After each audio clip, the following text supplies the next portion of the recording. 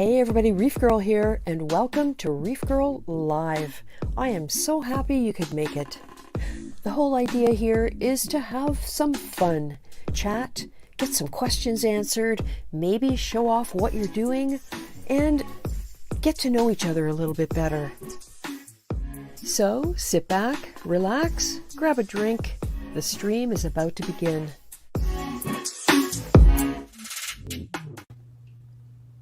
Hi everybody, nice to see you all here.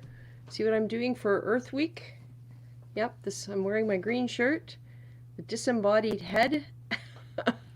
If it's too creepy, let me know in the comments and I'll put my sweater back on, but I just thought it might be kind of fun for a change. I'm a geek, what can I say? So welcome everybody. Let me just say hi to everyone who's in the chat. You guys have been here for a little while. First was Click Clacks Reef. Nice to see you, Click Clacks, and I'm doing well, thank you. Benny Fernandez is here. Broke Reef Man 45. You guys have been chatting. That's great. Benny got some new lights from the looks of it. Dell's Reef is here. Hello, Dell's Reef. Straight Reefer is here. Insane Reefer. Hey, Oscar. WVU Reefer. Welcome from Best Virginia. That's great. The Reefer. Awesome. Blue Carbon Reefing. Hey John, I hope you're doing well. And Chi-Town Reefer is here. We're up to 14 people right away.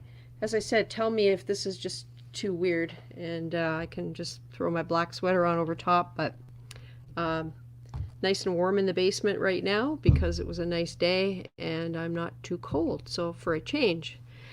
Who else do we have? Sean's Fish Tanks is here. Moe's Reefs. Robert Rayworth. Reef Keeper. Hey, Phil. Reef Keeper just had the 3rd birthday of his Red Sea Reefer XL 525. And he did a video on it, and it is gorgeous. Do yourself a favor if you haven't already. Check that out. Very, very beautiful. Who else is popping in? Dramedy. Hey, Dramedy. Braveheart Reefer 525. I don't know if you were up top or not, but hey. Christy Arazzo. Hey, how are you doing? Okay. Johnny Martinez. Hey, Johnny, you're here early. Oh, we have our first question from Johnny. I think I've said hi to everybody in the chat, so let's take a look at this. Hey, ReefGrrl and fellow reefers, would love to know how to get rid of green hair algae. Yeah, that's a classic, and I think a lot of the advice you'll get right off the bat is take out as much as you can manually. Use a toothbrush and siphon it out. Toothbrush in one hand, siphon hose in another hand, and I'll tell you who's an expert at that is CJ's Aquariums. He probably has a video about it. So if anybody else has any advice for Johnny, just drop it down in the chat there. Everybody saying hi to each other. Awesome. 17 people. I don't have any guests in the waiting room tonight, so WVU Reefer, I saw that you were debating whether to show your tank tonight, so you have the opportunity. You could be on here first. That'd be great.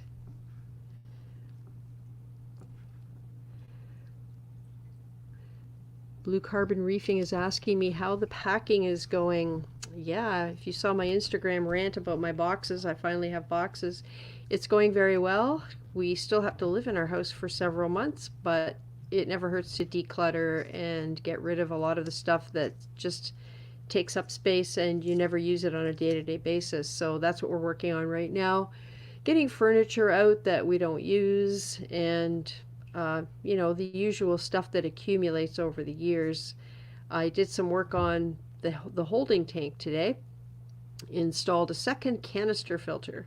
So let me just check my email. I thought something came in. Nope.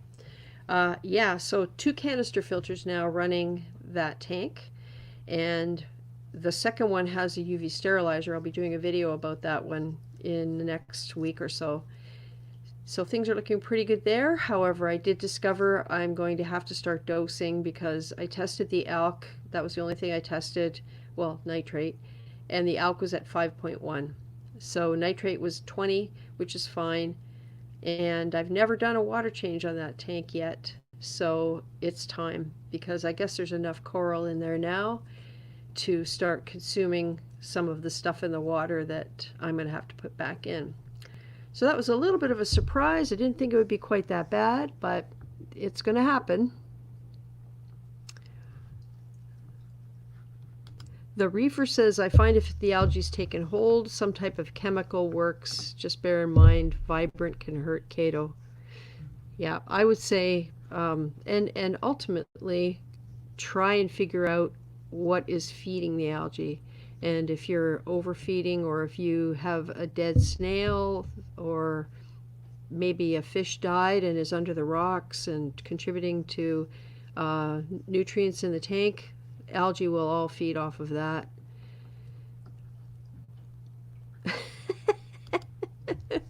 Yeah, my head.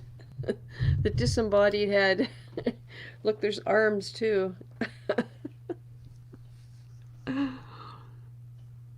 5.1, yeah. Yeah. Works, but will bottom out nutrients. Be careful. Yeah, the chemical route. I've used fluconazole, but only ever on Bryopsis as a measure of desperation, because the more you try and remove that stuff manually, the more it spreads. So make sure it isn't Bryopsis that you're dealing with before you start manually removing it. Hey, Nat King Reef. Nice to see you here. Coral on that bottom rock. Yep. Oh, who, me? That's Stanley right there. Where are my fingers? Right here is Stanley the clam. Right there. Yeah. Unless I lean forward. Hey, Calypso's Reefs. So how's everybody been this week? It's getting, the lockdown situation is, I think we're at day 30 something. It's been about a month, and we can still go to the grocery store, but that's pretty much the only thing that they're allowing us to do. Doctor's appointments, pharmacies, that kind of thing, but nothing else. And it's starting to get a little bit tiresome. And I'm not a social person, but yeah, it's starting to get to me a little bit.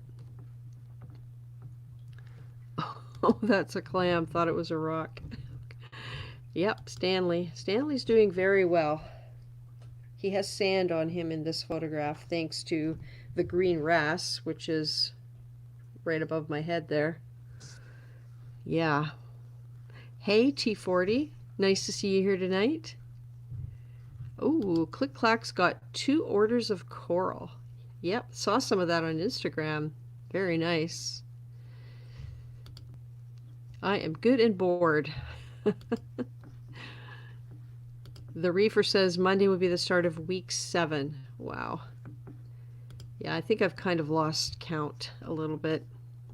Hey, AZ Reefer. Nice to see you here. We are up to 29 people watching.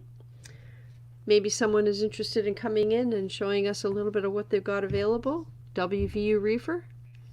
I don't see Carlos in here yet, or we could maybe ask him. Or Click Clacks. Click Clack's got a lot of nice stuff, we know.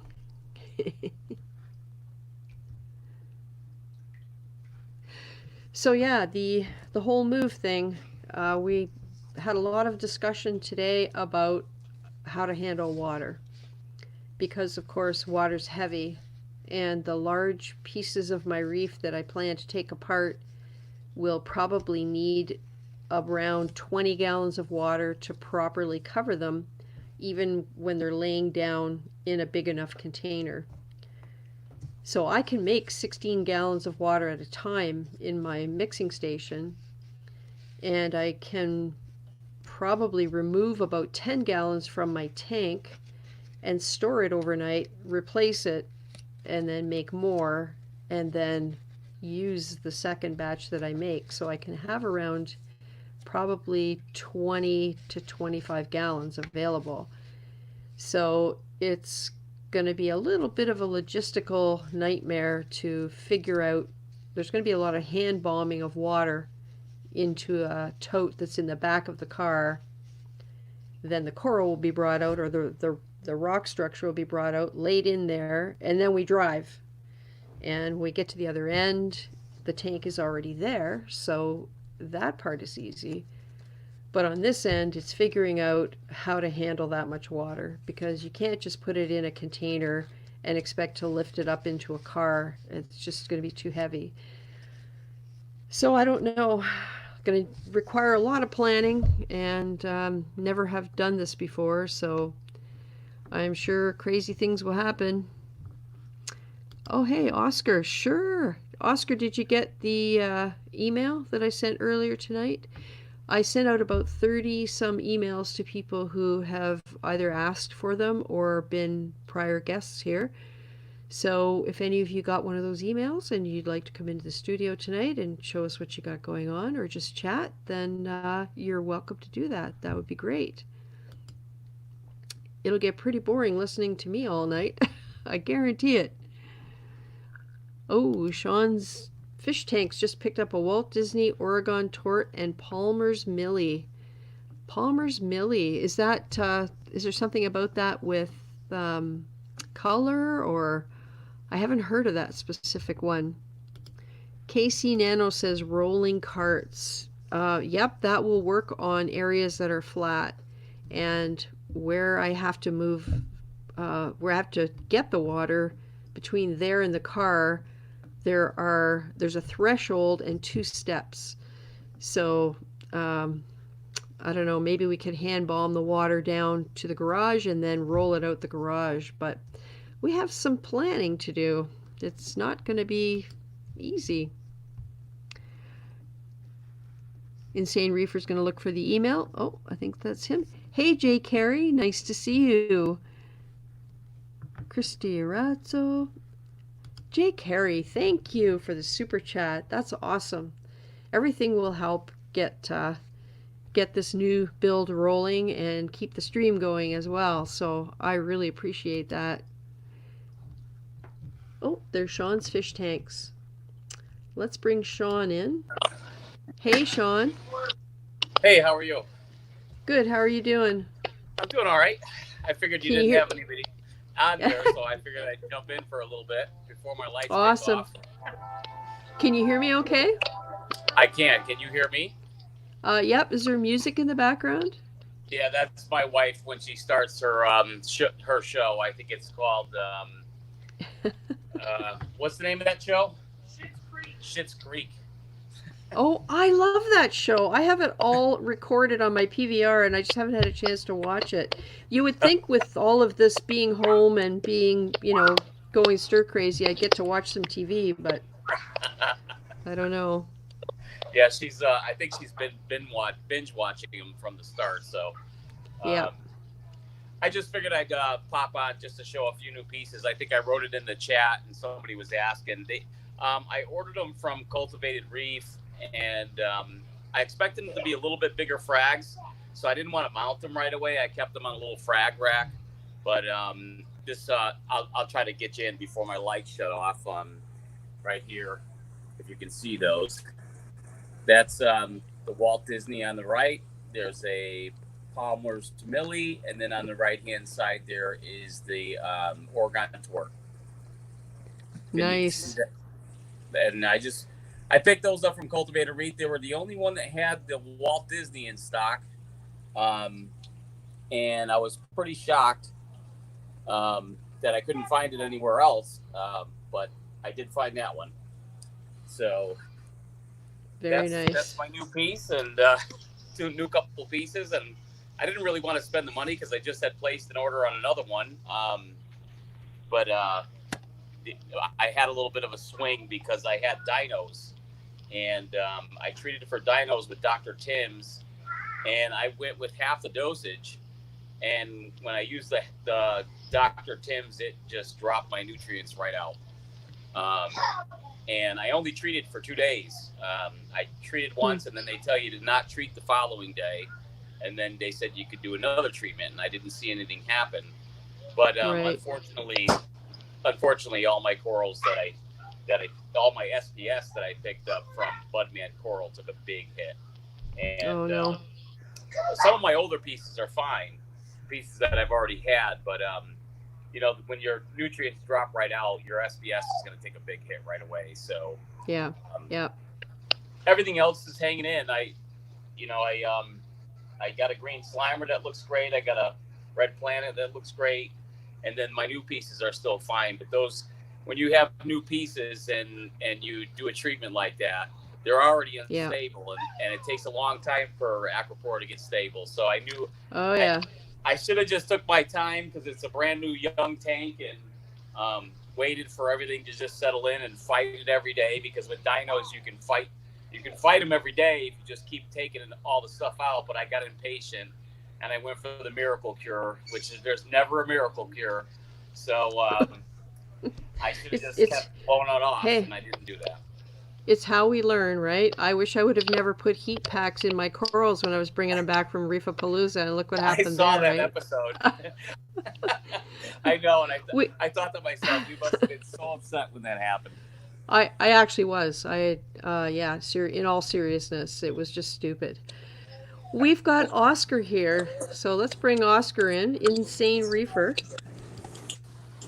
How's it going, Hey, Oscar? what's going on? How you guys doing?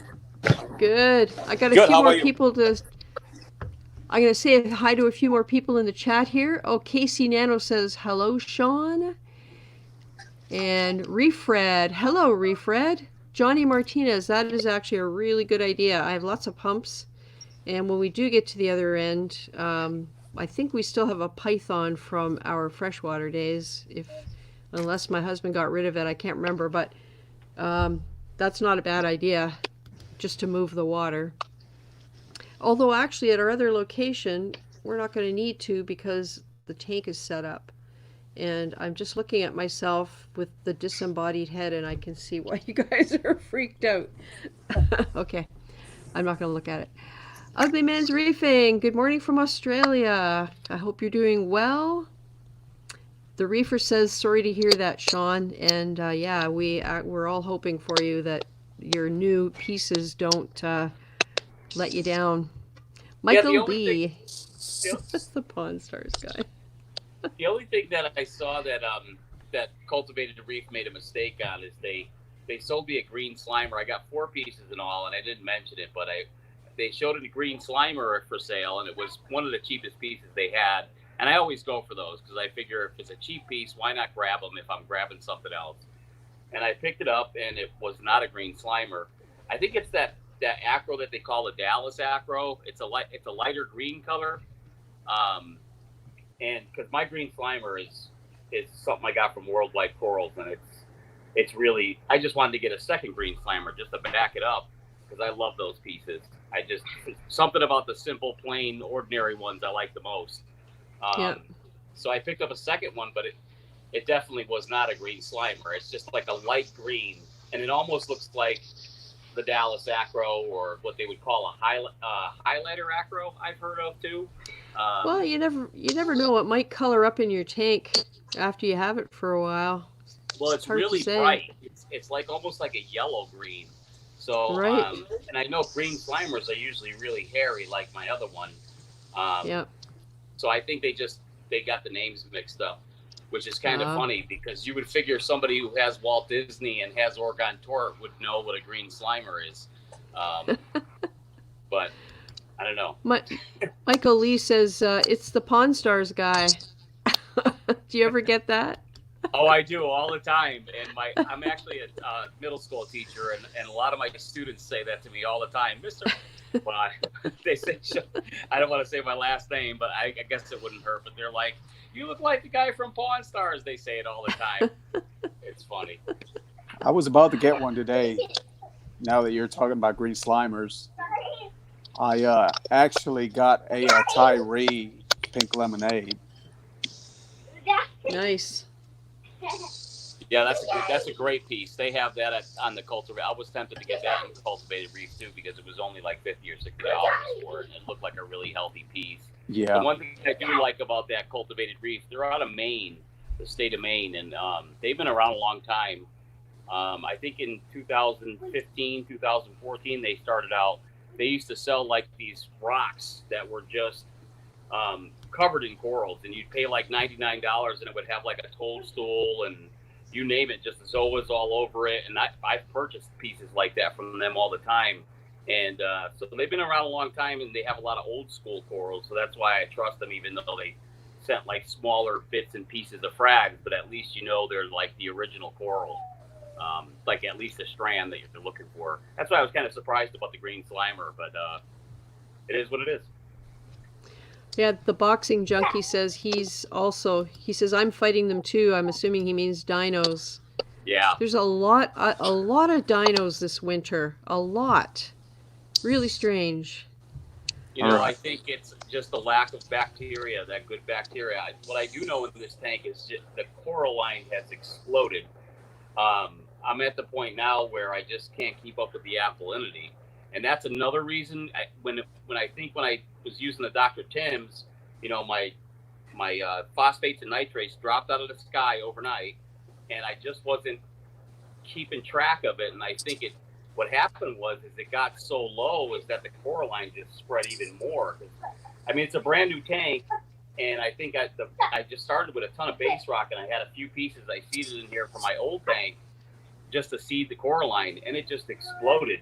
And that's where my coral line is just taken off. And I use a calc reactor, the ice cap. It's got one of those magnetic stirrers, and I just put a half a teaspoon in the morning and a half a teaspoon at night just to watch my pH, try to keep my pH up. But that's not keeping up with it. So I started using my doser again and I was using it before I dosed the Dr. Tim's, but I kind of took everything offline. When I saw everything go, gone, algae, dinos, everything just went with the Dr. Tim's, I got scared. And that always gets me nervous. So I started taking things offline, and that was the worst thing I could do, I think my alkalinity dropped. And that was the key to hurting all my Budman corals. So I'll just have to wait, a month or so, and I'll place another order with him. He's pretty close to me. I think he's one state away, and I really like his stuff. And the piece that I liked the most from him was the Kraken. I think it's like a Pikachu coral, and it's like yellow with like red polyps. I don't know if you ever seen that piece, but it's beautiful. Nice. Hey, Meldium, so nice to see you. And Skookum Chuck Reefer is here. Luis Gigliotti is here, Doctor of Welsh Magic, middle of the night for you, just like Braveheart Reefer. Wow. Yes, magic. I decided for Earth Week I was going to do something special, so I wore my green shirt. And because I have a green screen, I've disappeared. I'm a disembodied head. If it gets too weird, just let me know, and I'll put my sweater on so it doesn't look so strange. I think it's pretty cool. I actually like it. I was saying, where's Cindy's body today? I know, right? But like from this part, I guess if I don't do this, you can't quite count my chins tonight, so I guess that's pretty good. It's all of the cookies that are handy during the lockdown. Yeah, we make sure we get the right things. Who else is here? Everybody's saying hi to each other.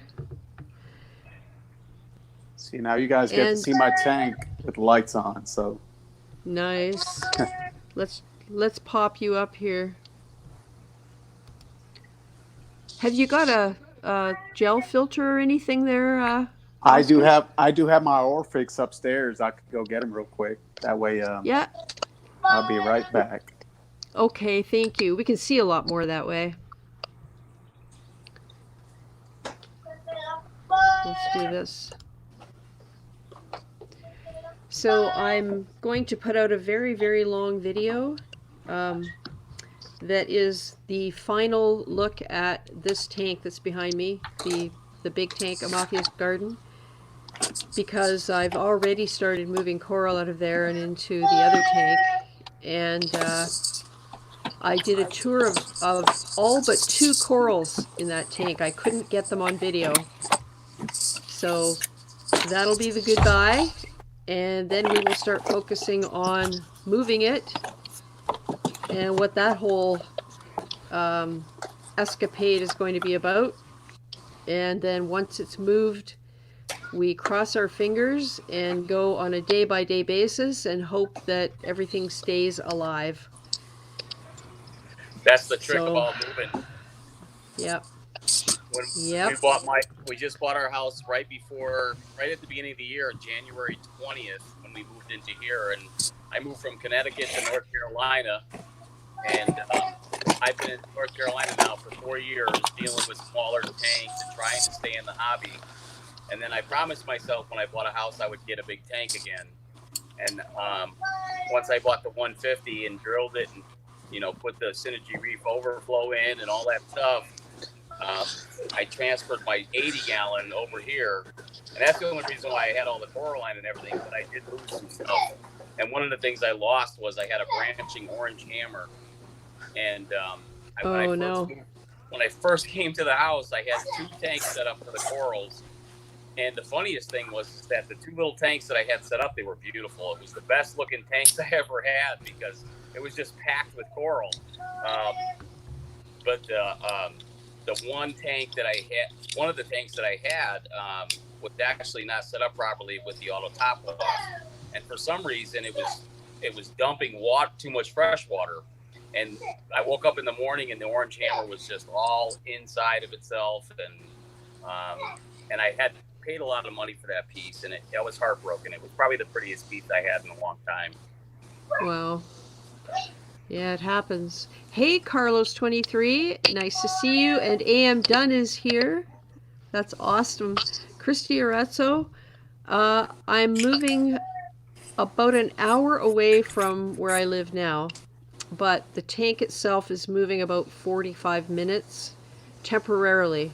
And then once I have the new tank in place and cycled, I only have to take what's in the holding tank, which is the contents here, on a 15-minute drive.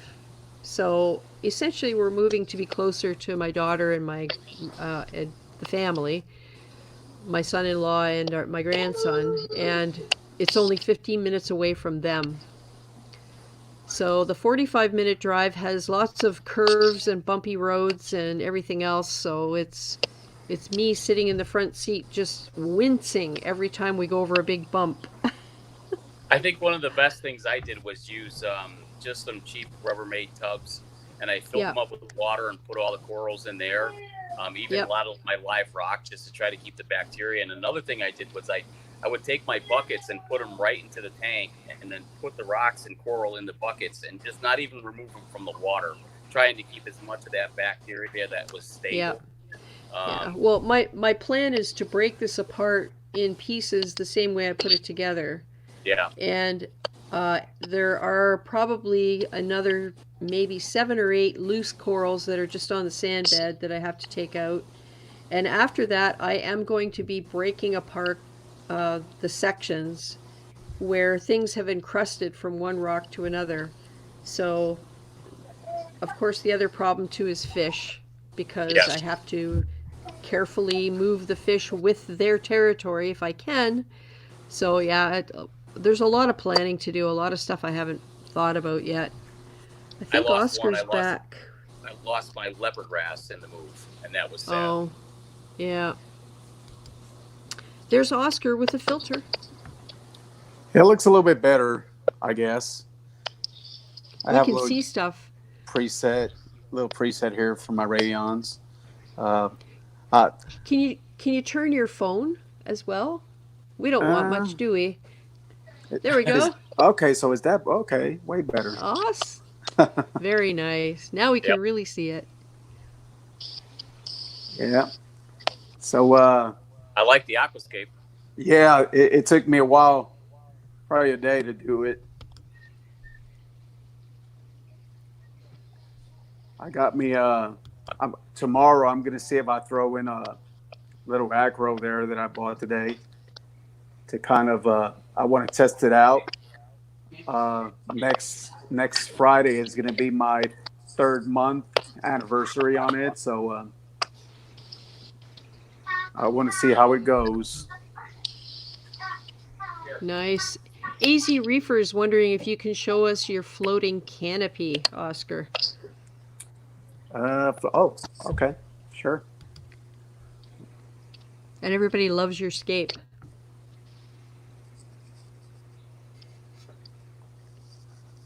And I raised That it is really up. nice. Yeah, I raised it up a little bit. It was a little bit lower because I had made some screens for it a couple of weeks ago, and I was just working on it, and I raised it up, and I just left it like that. So let me put this on.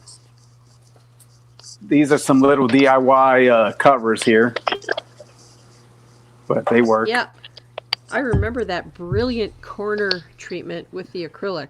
Yeah. Yeah, that came out good.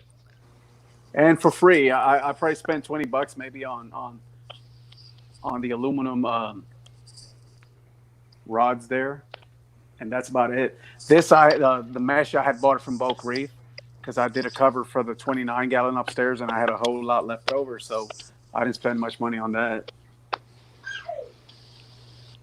And Nice. here's a. So, will Go you ahead. measure your? Oh, I'm sorry. Will you measure your par again if you raised up your canopy, or did you raise only the canopy, not the lights? Well, I raised up the canopy with the whole thing. See, because the lights are encrusted. Right. They're on the top of the canopy, kind of encrusted. So. So will that affect your par? I guess. Maybe you start... maybe a little bit. I think I could come way down lower if I want to, and the intensity is not even as high as usually people run it.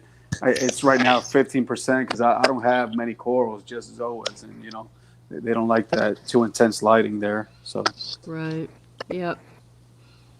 Hey, Jessica J. Nice to see you. Christy Arazzo says, be careful if you drop that frame in the water, your zinc will go way up. That's what happened to me. Yeah.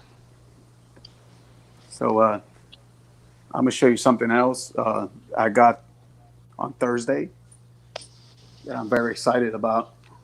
Ooh. Oh, okay, nice. What is it? Is it the Geos or the Neptune or I got me the Trident.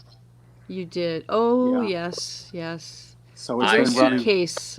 Yeah, it's been running for a couple of days. It was a local club member from my reef club. He decided that he wanted to go fish only, so he told me he wasn't going to use it, and he never hooked it up. It was brand new in the box, and he said, "You want to buy it from me?" I'm like, "Heck yeah!" I'm on the list for one right now. So, and my skimmer is producing the foam that it needs to be. I just emptied up that cup last night, and it's already producing its foam and all that. Looks nice and grungy. Yeah, it's real dark. It's real dark. Good. What's going in those reactors there? Those are calcium reactors. Oh, so it's a dual chamber then? Yeah, this one. Yeah, this one is a 818 from Geos, and this one is a 618. I've heard it's better to run two.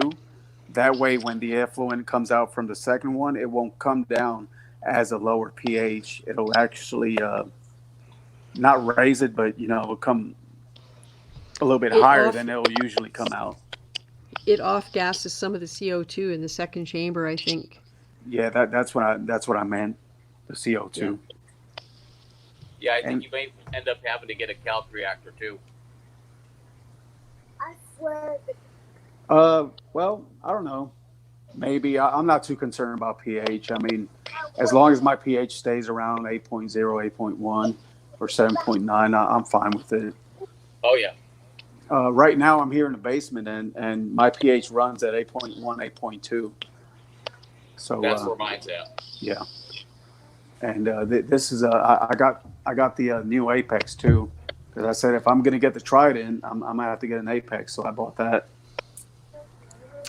Yeah, it won't work without an Apex, will it? Well, it won't work. It won't work. Well, yeah, it won't work without an Apex, but I have the Classic as well, So I can't use it Oh, with I the see. classic. You Right. have to use it with the EL or the higher one. I got the EL because I'm not.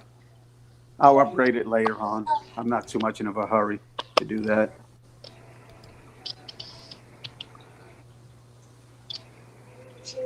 So have you run a first test for it yet? Through it yet? Yeah, The tri- it's been running for 3 since Thursday, and Okay. my alkalinity right now is at 6.74. My calcium is at 434, and my magnesium is around 1326. So, Jessica J loves your clownfish. oh yeah, they're they're little funny creatures. They're How often always are you having fighting. it in your water? I'm sorry. How often are you having it test? It's testing 4 times a day. 4 times a day? Yeah. Yeah, I'm not crazy Yeah. about the whole 24-hour thing.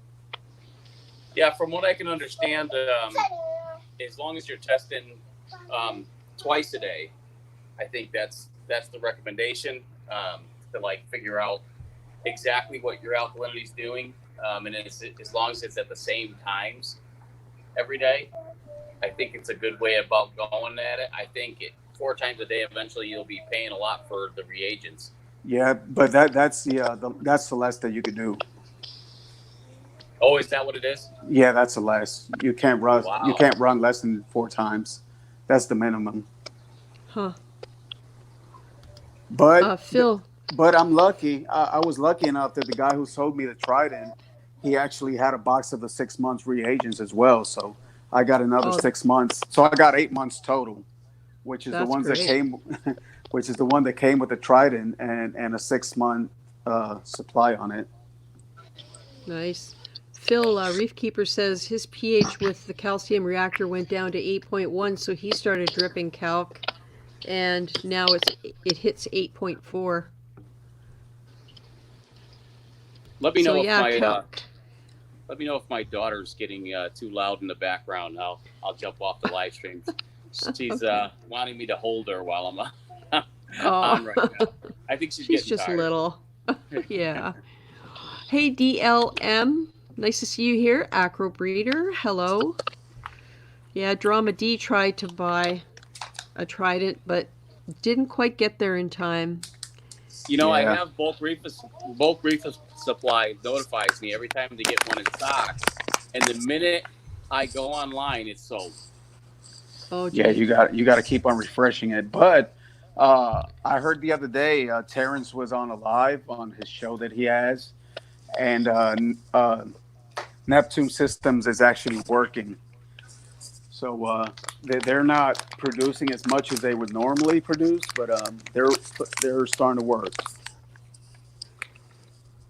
Yeah, I picked up the Apex just a few months ago when I bought the new tank and moved into the house, and I wasn't sure if I was going to do it or not, and then I decided, well, it's just so much nicer to be able to see my temperature all the time, see my pH all the time, and then I realized that I needed another power brick, so I picked up another power brick, and I think the next purchase will probably be the Doser rather than the Trident, because I like the manual test. I'm not sure if I'll trust the Trident enough.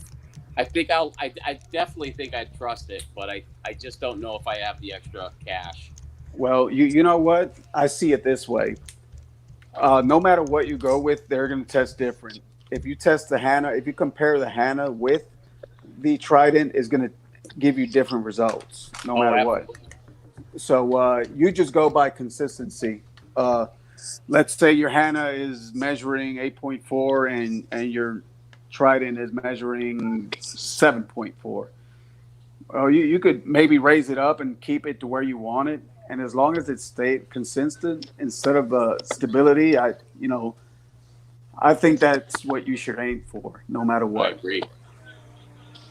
Yeah, I usually use Salifert, and then with my phosphate, I use the Hana.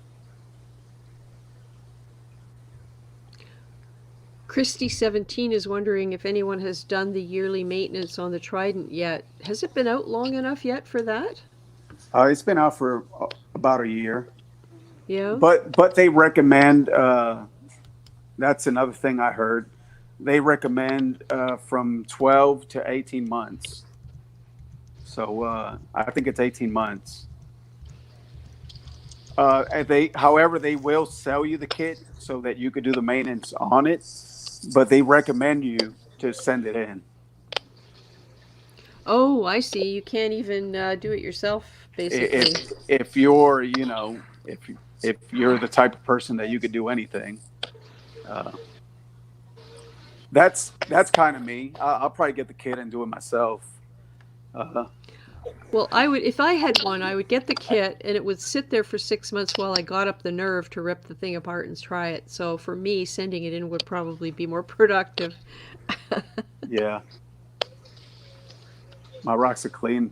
I got a little cleanup crew. I bought like around 5 turbo snails, Mexican turbo snails, and they You know, eradicated that diatoms in a matter of 3 days. I love getting a cleanup crew, and I've tried them several times in my reefing career, but it always seems like they bring in pests. The last time I purchased a bunch of turbo snails, then I think it was some turbos, and I got some not trocus. What's the ones that are like a cone? The ones that go into sand, they dig into no, sand. No, they're actually a little bigger than that. They look like a pyramid. Are they Tectus Yeah, snails or Trocus? No. Trocus are the ones I think. Maybe it is Trocus. I'm not sure, but I ended up getting those verminid tube worm snails, the ones that shoot out the web. Oh yeah. Oh yeah. And that was probably about a year and a half ago. And I had them in a 40-gallon full of SBS, and I had to get in there and snap them off. And my SBS, that was probably the best SBS tank I had, even though it was just a 40. But I had it perfect to where it was doing automatic water changes. And I had, I don't know if you guys heard of that automatic ATO that came out. It was for smaller systems. And it would just automatically do a water change for me every day. And, yeah, I know which one you're talking about. Yeah. And that was great. And then I would just get the detritus out constantly. So my SBS was like growing like crazy and hairy and this and that. And then all of a sudden I was getting smart like I always do. And I get this bright idea and I get some snails. And so I kind of stay away from snails just because I try to stay away from anything that I'm going to bring in a pest. And I don't know why that is. One of my best friends always has snails and always invests in cleanup crew. And I'm the complete opposite. I just think that's a funny subject. Some people love them and some people don't have them. I think it's just my personal opinion. I think that if you're going to get pests, you're going to get them whether it's with your cleanup crew or it's going to be in a frag plug or it's going to be, from anything. I think eventually, it's because you have to like scrape the shell, and I'm always afraid like they're sensitive as it is. So when that's what I did. That's what I did. I got this cleanup crew the other day, and I cleaned them. I actually pulled an aptasia from one, so yep. I'm glad I did that. So we have Click Clacks in the waiting room, and I don't think Click Clacks has ever been here before. And we know he's got a lot of fire this past little while, so why don't we bring him in and do the troll question? What do you think, everybody? Go right ahead. Awesome. Okay, good night, Meldium. I'm really glad you were able to stop by a little bit and go look after those kids. All right, here comes Click Clacks. There he is. Hey, Click Clacks, what's up? Hey, what's up, everybody? How everybody doing? Hope everybody doing well during this Corona season. Yep. So, since Corona season, I reckon I would go ahead and take time and get me a Corona mushroom. So, this is one of the goodies that I picked up during this time. It actually looks like it, too. It does look like you had that. A St. Thomas mushroom. I remember seeing that on Instagram. Yep. That's something else. It is. That's pretty. So, Click Clacks, before we go any further, I got to ask you the troll question, and it's an easy question usually. So, have you? I can't remember. Anyway, I'm going to go ahead and ask. Here's the glasses. Okay. All right. I had to dig down and find some wild ones because everybody was complaining last week that they were boring. So, okay, click clacks. Have you ever decided not to go on a vacation or go away somewhere because of your reef tank? Yes, I actually have a few times. Is that My right? girlfriend was going to visit her parents, and nobody was here to take care of the system, so I was gonna not go because I was not willing to risk my coil for nobody. So I don't blame you. All right. Yeah, I have to say I'm reluctant to travel. Um, it's so hard, so hard to get ready.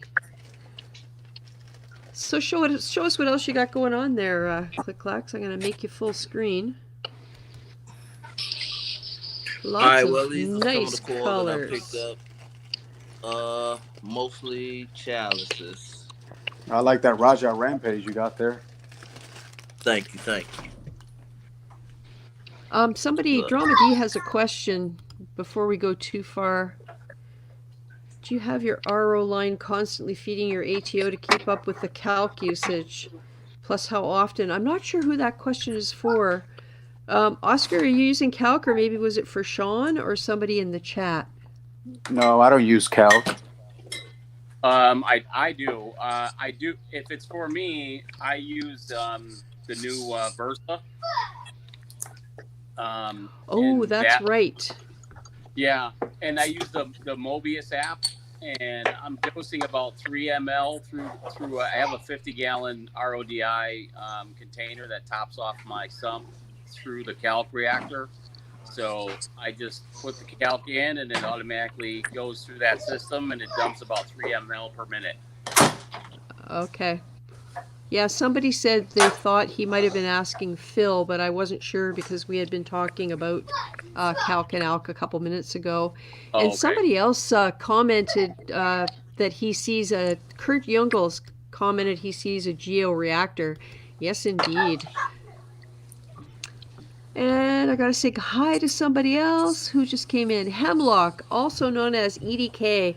Hey Ed, he of the toilet reef. How can we forget the toilet reef? Nice to see you, Ed.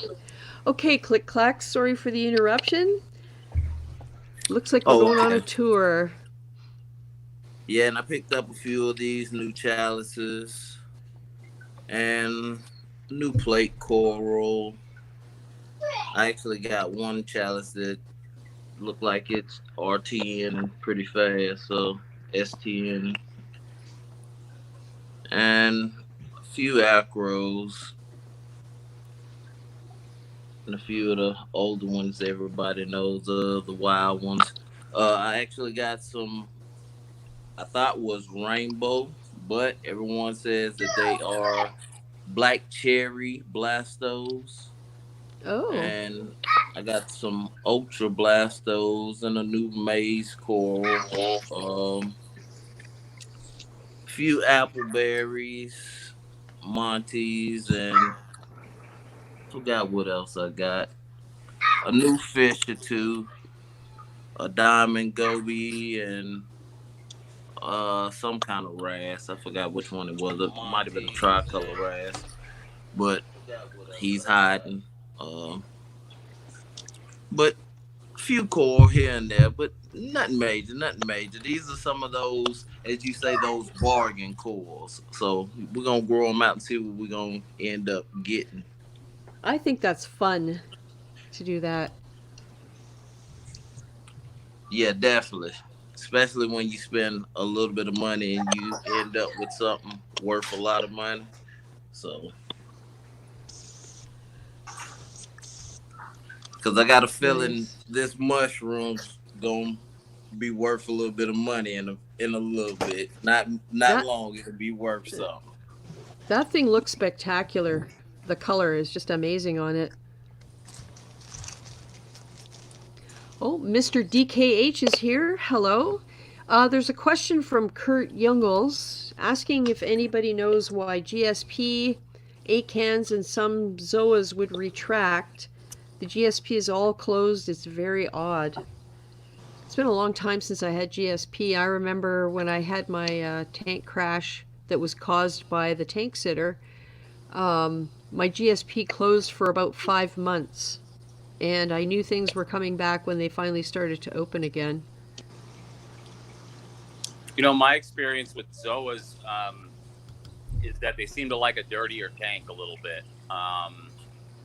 And if you're using GFO, that can definitely affect ZOAs.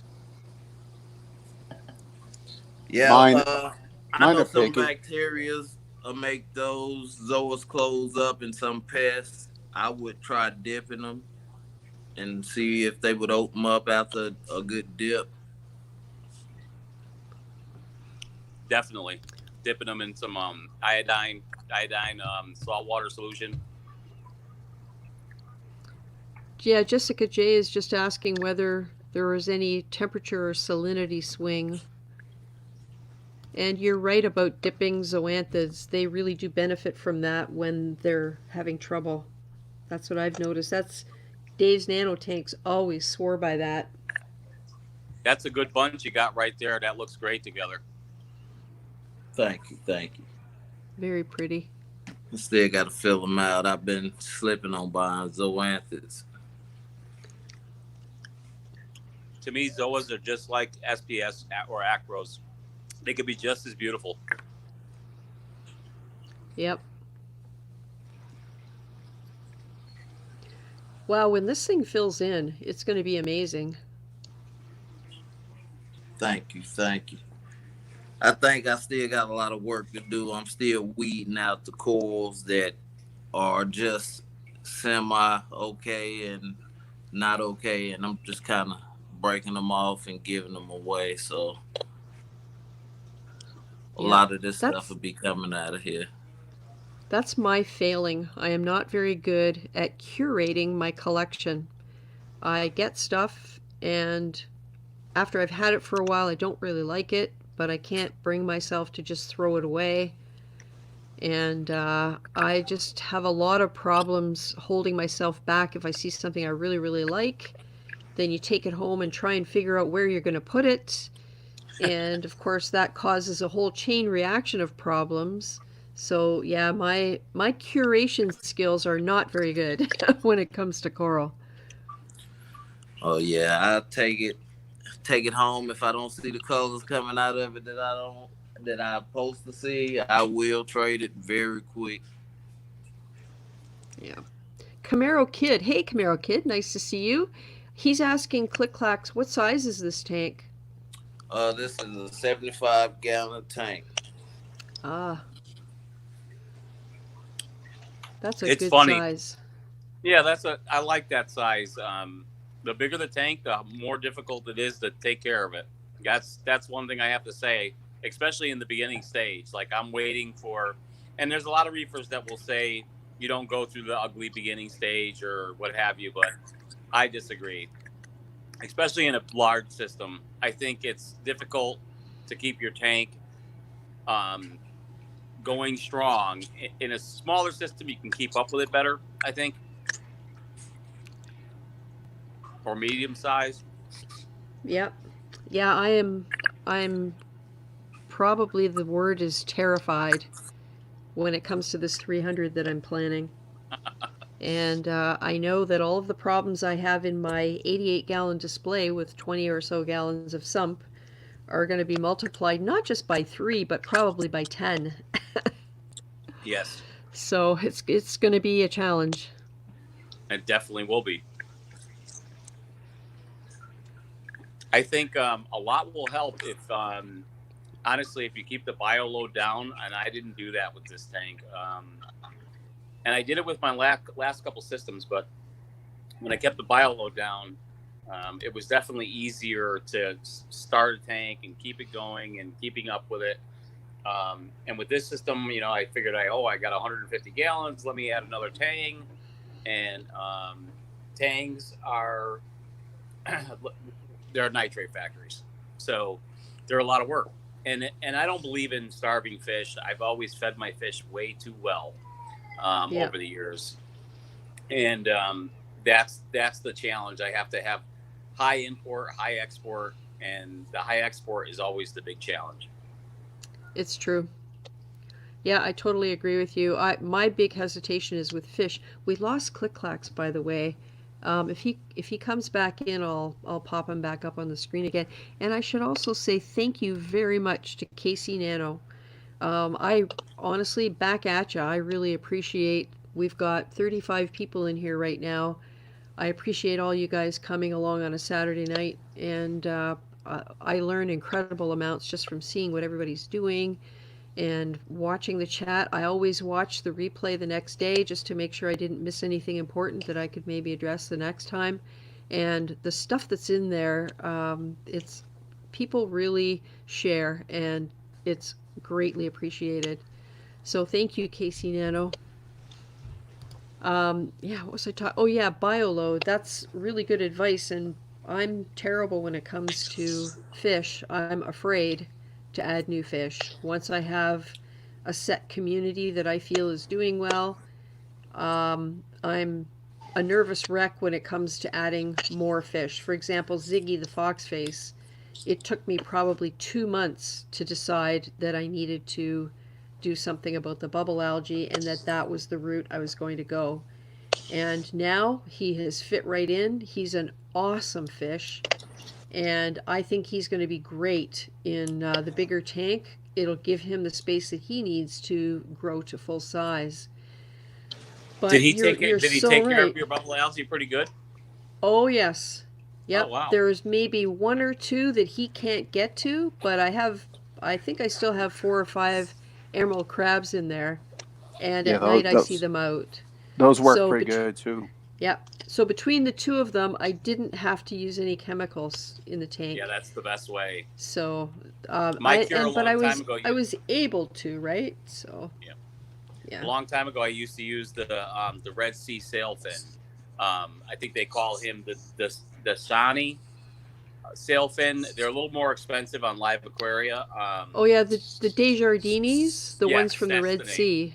Yeah, and they will eat bubble algae like no tomorrow. And I never had a problem with bubble algae until now. I do have patches of it. And I'm not afraid of algae. I've dealt with algae for years. So I don't get all freaked out about it, and it's just there. It's not going anywhere if you don't disturb it. It usually doesn't spread very fast.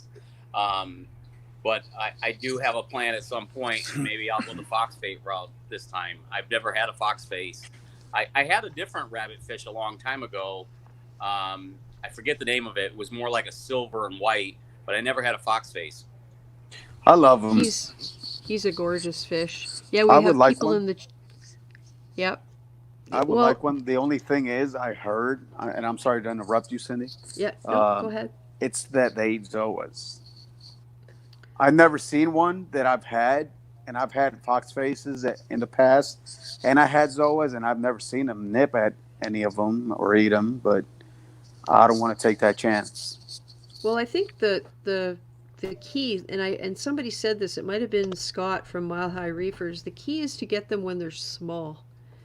And my guy was probably under 3 inches when I got him, and he's almost doubled in size, and he's thick. He's like fat, so he's keeping himself well fed. And I've noticed things like my kryptonite candy cane. The back half of it was covered with not green hair algae, not bryopsis, but something that looked very similar to bryopsis. It was an algae. It was like a fuzzy algae. And he's been working away at that, and it's almost all gone. So That's awesome. he's been a great addition to this tank. And the first few days were a little rough, but now he just swims around with the crowd, and they all just get along really, really well. So I'm very happy that I have him. Considering the amount of time, the research that I did, the worrying that I did, it worked out really well. And he did what I got him for. So I a love bonus. utility fish like that. Utility fish are the best by far. Yeah. And it's the best way other than chemicals. My biggest success has always been copper bands. There's a guy I follow called 915 Mang. He's a YouTuber I out know of Mike. California. Yep. And he buys his lights through this. Going off topic, but he buys his lights through this reefer, this seller called Logan, and Reef Breeders, and he gets his lights and his pumps through him and all that. And he's always had problems with aptasia, and he's tried copper bands and he just can't keep them alive. And I think he just figured something out finally. I think he got the Burmese nudibranchs or something that I forget the name of them. I can't pronounce Burgies, I think it is. Yeah. And he's finally had some success, I guess, with killing all the aptasia. But I never have a problem with it because my copper band is seeking those things out, and I'll never see an aptasia in my tank just because of my copper band. And I found that the best thing about the biggest success with copper bands is, and I've gotten a new hobbyist, I got him to get one, is just when you put them in the tank, is to stay away from the tank. And because if you spook them, they're going to break their beak. And the biggest thing is stay away from the tank and feed them a lot of mysis shrimp. If you feed mysis every day, frozen mysis, they love it. And mine is a pig. I mean, he's the friendliest fish. He's always at the glass waiting for me. And if I feed mysis, he's right there waiting for the mysis shrimp. He's always been my favorite fish. I love fish to come up to eat when you're going to feed them. Yeah. That they know, like clowns, they don't care. They're fearless, I say, because no clowns matter what can be clown. very aggressive too. Man, I'm telling you, I got a naked clownfish upstairs and a domino clownfish. They look like pigs. They just come up to my hands. They don't care. I could sometimes touch them, and they'll stay there. They won't spook or anything.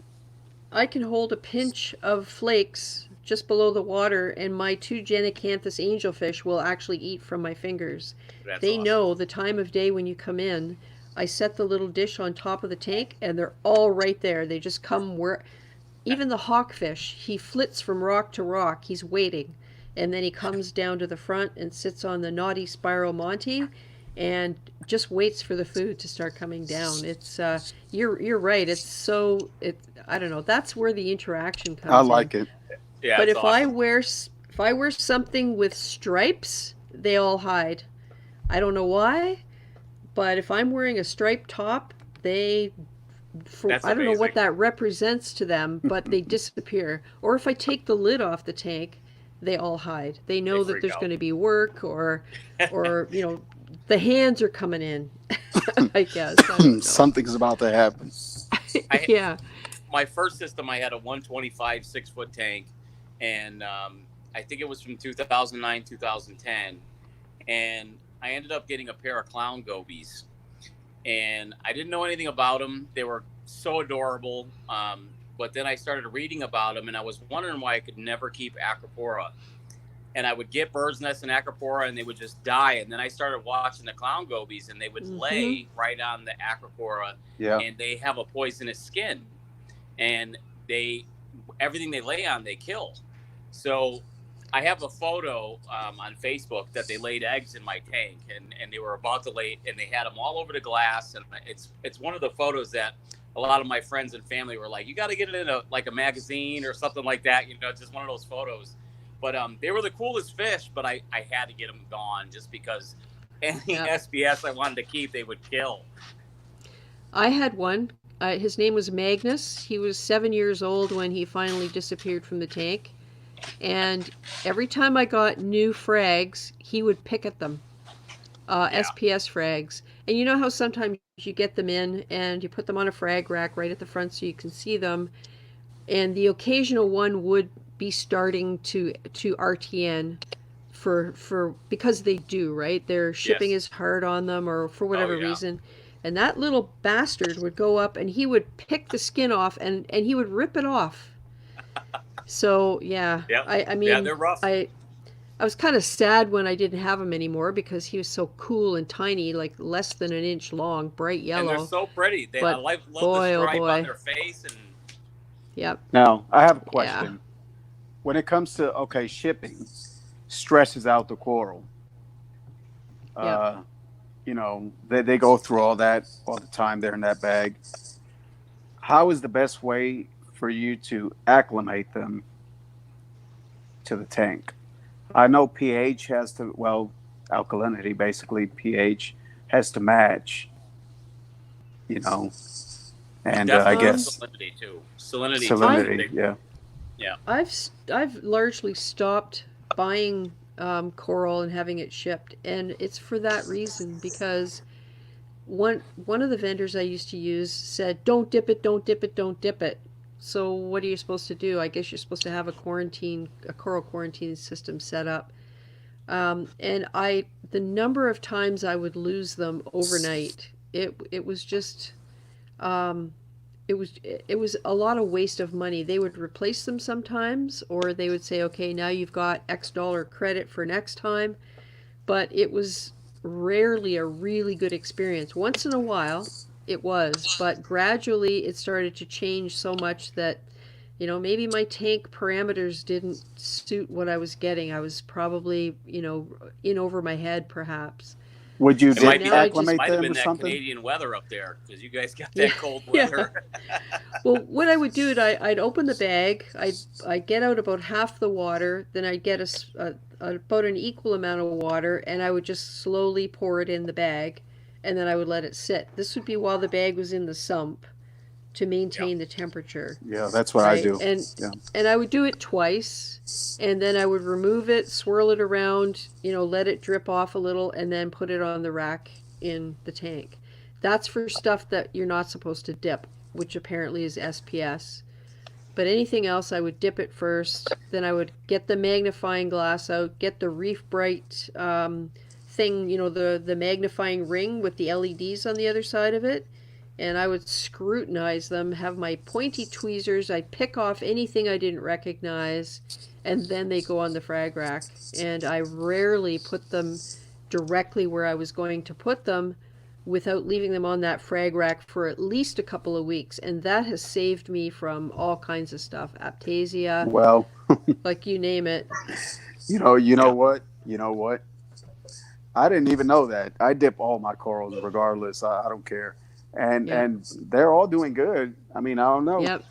Maybe it's Yep. placement at the moment. Maybe their par, they're saying, okay, this one's running at 250 or 300 par, and maybe they're not. Maybe their Yeah. lights are messed up already to where they don't have that such good intensity to what your Yeah. lights are, and you're probably Yeah. just burning your corals. Yeah, it's Right. quite possible. Yeah. So, yeah, Mo's Reef is asking whether anybody else does tank maintenance during a live stream. I do. When I'm not sitting in the chair, I do. I did mine yesterday. What I do is I dose Prodibio every 2 weeks, and when you dose reef boosters, your skimmer goes crazy. So what I do is when I'm going to do a water change, I just put a hose to it and put the bucket because it's just going to keep on overflowing, and it keeps on overflowing, and I just take water from the other bucket and keep on adding to the tank. That's basically how I do my water changes. Yeah.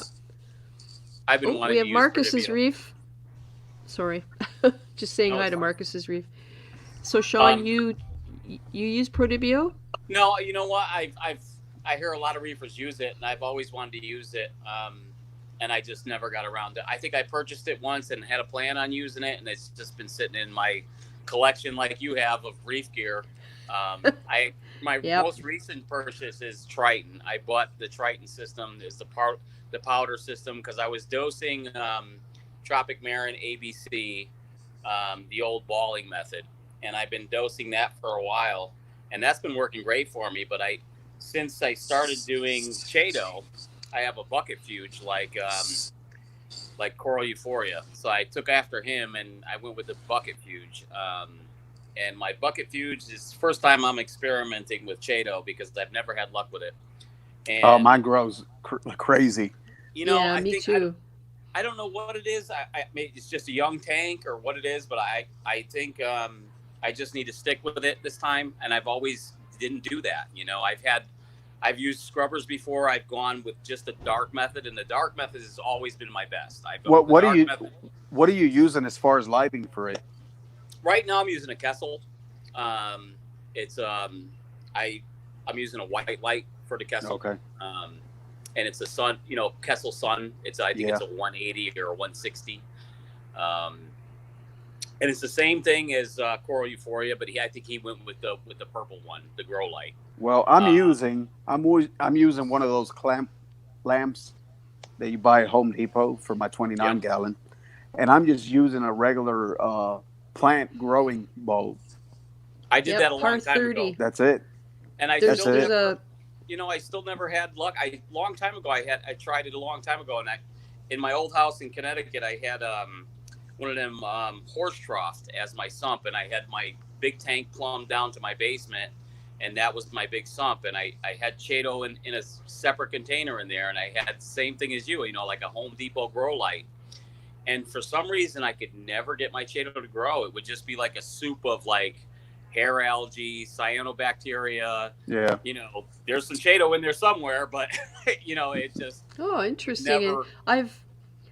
I've never had a problem with Chaeto, and it's like a Brillo pad. It is so dense and dark green, and if I pull a strand, I can't get any more than an inch. I'm gonna show you mine. It's just so intense. Yeah. And I just use a par 30 bulb I got off eBay for $25. I'm going upstairs. Little clamp fixture. Oh, Oscar's gonna go on another tour. Hey, Bongos Reef. I'm going to my 29 gallon. I'm just going to show you my refugium here. I'm dark. Sorry, you can't see. I always went with the dark method. I've been traveling to Florida with my wife. My wife's from Florida, and back and forth. And I would stop there in Florida. It's like the best place to get Acropora. So on the way home, I would always stop and like go on Craigslist and find people who are selling reef coral. Oh yeah, you got that thing packed. It almost looks like a bulk reef supply video. Yeah. With the Triton method. And this is my little. This is a little reef octopus skimmer. That's a nice setup, though. Yeah, I bought this one at Reefapalooza in Chicago. This guy, he was just selling used stuff, and he had the skimmer for $70, and I bought that. You can't beat a reef octopus. Those are great skimmers. You can't. And then I got this Max Spec. Oh, go ahead. Oh, that's the new Max Spec? Yeah, this is the double, the duo. The duo, 9 yeah. Point. That's awesome. This is the 9K. That's the 9K. I'm just running the one side of it. That's it. Nice. And it's a little 29. You can't see it because lights out. But. So your lamp down there has a shade on it, right? Yeah. It's aluminum. Yeah. I found like a little clamp. I found only one time on Amazon a clamp lamp fixture like that does not have a shade. That's only the socket and the bulb goes straight into it. So you can use one of those larger bulbs. You don't have to worry about it fitting or finding a shade somewhere that actually will fit it. Yeah. And I love that thing. It's the best thing ever. I have tried again to buy that lamp, and I can't locate one. And it has a clamp on it that isn't metal, it's plastic. And I have it on the edge of the ATO container that's supplied with my Red Sea, which I use it to stash equipment, and I've got Tom aqualifters hanging in there and whatever. And so my lamp is clamped on there, and the actual neck of it is adjustable, so I can rotate it left and right and up and down. And it was $10. I love that thing, and I cannot find another one. But that's what I use, and my Chaeto just grows non-stop. It is ridiculous. Awesome. And that's it helps to have high nutrients too. Yes. Yeah. Well, you'd be surprised. What's happen. It's going to take its time for this tank to settle in. Right now, like I said, I think with the growth of the coral line, I mean, if I really wanted to, I could sell it on eBay at this point. It's just all over the place. Yeah. Well, Blue Carbon Reefing sells his Chaeto on eBay. That's not what you were talking about, though, was it?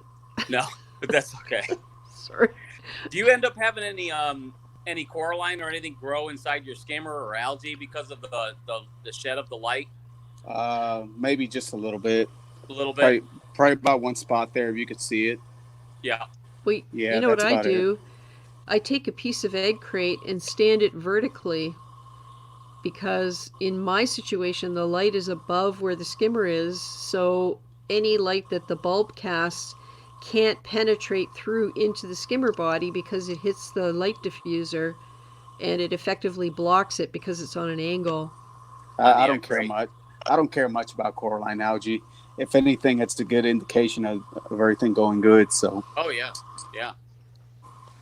That's a great setup. So that's my little setup. That's what I'm gonna try for this time. I've always gone with the dark method, like I was saying before. Traveling to Florida, I stopped at a guy's house and he was building a 300 like yourself, and he had a 150 just like this, and it was just full of SPS.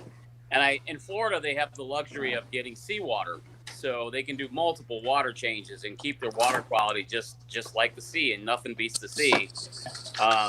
So in Florida, the people that hold corals down there is just amazing.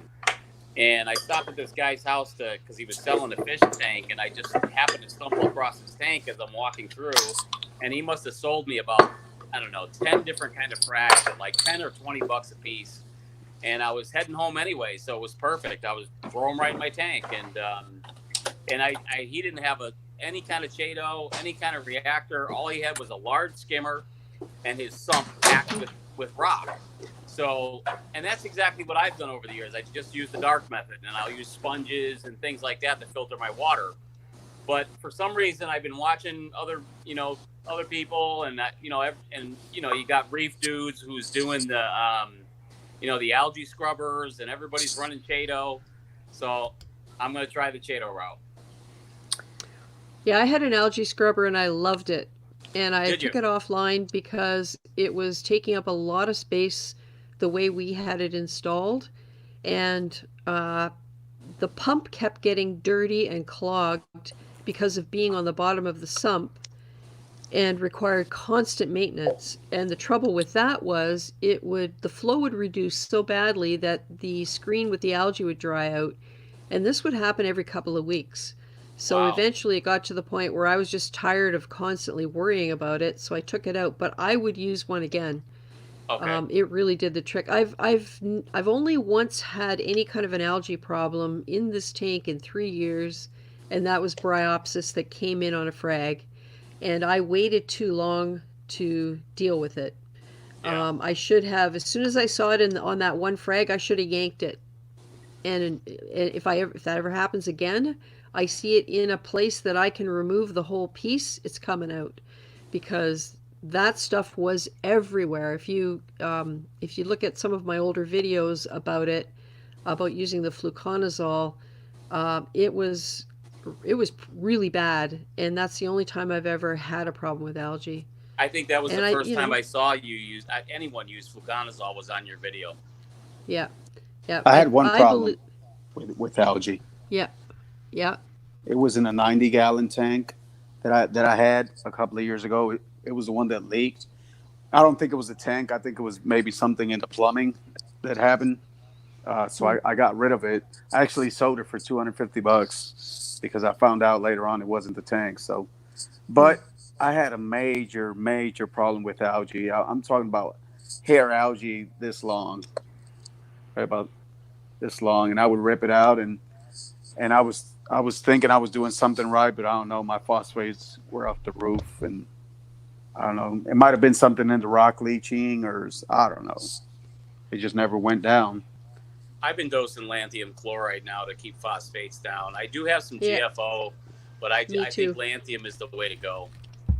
Yep, that Elimifos Rapid from Tropic Marin is what I've been using. I love that stuff because when my phosphates start to creep up, I know exactly how many days I have to dose 2 milliliters to get the phosphate down in the range of around 0.07, 0.08.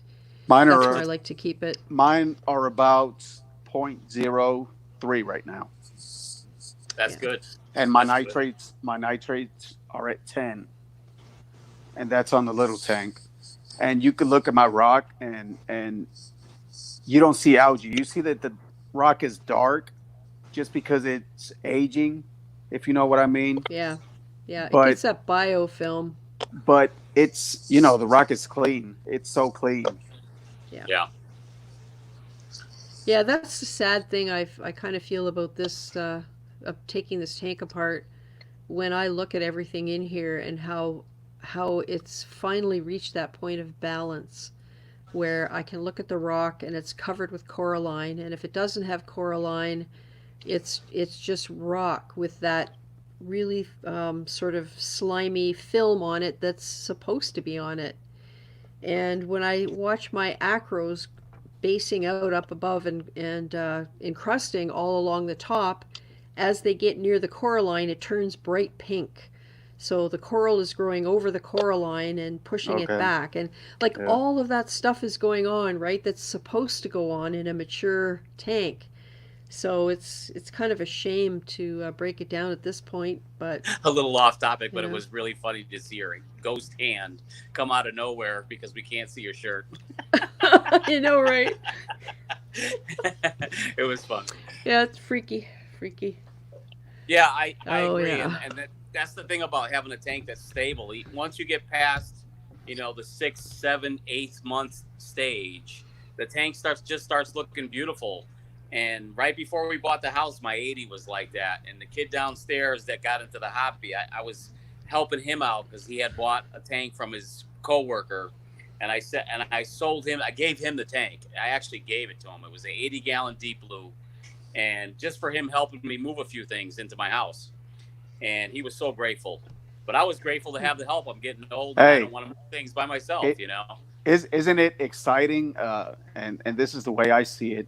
When you see new people trying to get into hobby, Absolutely. that have the same passion and want to learn, because Yeah, I remember he texts me all the time. He's like, Sean, how do I fix this? And he has cyano on his sand, and I'm not a fan of sand. I love the way it looks, but for SBS, it's just for me, it's a nightmare. I can't get it clean, and I just don't want to deal with it. So I don't like it for ick problems. If you buy a fish, you can have an explosion of ick just because of sand. And you can't UV this. You can't use the UV like you should. With sand, can always trap ick, and it can become a problem. And I know that over the years. So I got away from the sand. And he wants sand so bad, and then he wanted to get the black sand. So he put the black sand in his tank, and that has like bad elements in it. Isn't that like silicate? Yes. So yeah. He was like, "What's going on? What do I do?" I said, "Well, siphon it all out. Do a big water change, siphon it all out, and put the white sand back in." And just he's always texting me with questions. But like you said, it's great to see young people get into it. And I gave him like digitatas and zoas and all kinds of things. He'd come over to my house and, "This is beautiful." I go, "You want a piece?" I just fragged one, and I love getting people into the hobby. I give stuff away all the time. I like helping people who really, want to get into it. And it's just, to me, it's a passion. I go to my sister-in-law's house. She lives right next door. And I tell everybody, "Oh, this and that." I'm always talking about my tanks. And I say to myself, man, I'm always talking about fishes and corals, and I bet they're already sick of me talking about all this stuff. But hey, you know what? I don't care. I don't care. The hardest for me is to not get to keep it simple in the sense that not overwhelm somebody, because it's I've been in it maybe 10 years. So over that 10 years, you remember what it was like at all the various stages, and you wish that you would have known certain things that you know now. But when somebody's new, it's too much. You can't it's explain. Too much information. Yeah. It is, and it's so hard for me because, well, when my daughter was little, she would ask me a question and I would say, "Do you want the 10-second answer or the 10-minute answer?" And that's exactly what it's like, right? It is. So yeah, it's hard, but I agree with you. When I do occasionally sell frags on Kijiji or whatever, which I don't do very often because it's a royal pain to just the whole thing with waiting for people and all of that. But the nice thing about it is having people come in who appreciate talking about what you've got, what they've got, and it's always interesting talking to them because everybody does things differently, And every once in a while you can help somebody, and I've done that too, Sean. Like if someone's come to buy a toadstool frag, when I was doing that a couple years ago, I had a mushroom that was floating around, so I just put it in the container. And it's one of those things where it's exciting for somebody to get something that they weren't expecting, Oh, and absolutely. it doesn't cost you anything, and it's kind of pay it forward sort of stuff. So Yeah, I have a good friend yeah. in the hobby that sells coral, and I think it was Hector that was on here last time I was on. He knows him, and my friend Hani, and he his garage is a complete fish room. It's got more coral than any coral store in Connecticut, and I've known him now since I think 2010, and we've just banged corals between the two of us. And he's got all my old coral, and then some. So he, anytime I want coral, I could go ahead and send him a certain amount, and he'll tell me to send him less, and he'll send me 32 frags in a box. So Hey, where does he live? Where does he live? Oh, tons of zoas and tons of this and that, and some branching pavona, and you name it. He's got so many unique pieces, and Yeah. he's a collector. People will be breaking down their tanks, and he'll look on Craigslist, and he'll go to their house, and he'll break down the tank and take all their coral, and he gets it at a good price. He gets all their fish, and he turns around and sells it. And it's so funny. I'll be when I used to live there in Connecticut, we'd be in his house and looking at coral, and there'd be people popping in and out of there like it's a drug factory, just picking up coral. And he's like, "Hold on, Sean, I got one guy coming over here real quick," and before you know it, he's got a house full of people. But it's just such a great hobby, and it's fun. Yeah. The reefer says he always warns new people about ugly mushrooms that people try to give them or sell them for $5. Yeah, and then he further goes on to say, nobody warned me, and I'm still battling them. Because that's the other thing that's so true. When you see something, let's say you see something start to grow in your tank that you weren't expecting, so you leave it for a while to see what it is, and then it takes over. Yeah. And that's how I got the teal blue Palithoa that made me so sick when the Palitoxin experience video that I did. That was in a colony of zoanthus, and when I had my tank crash in 2015 in my cube, that entire rock died off except for one polyp of that teal green Palithoa, and it was pretty. It was really pretty, and it started growing really well.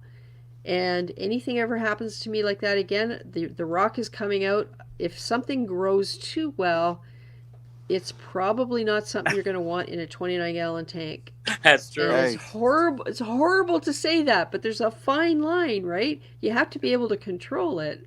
I went to my LFS once, and some of them, okay, some are nice, and some just want to sell.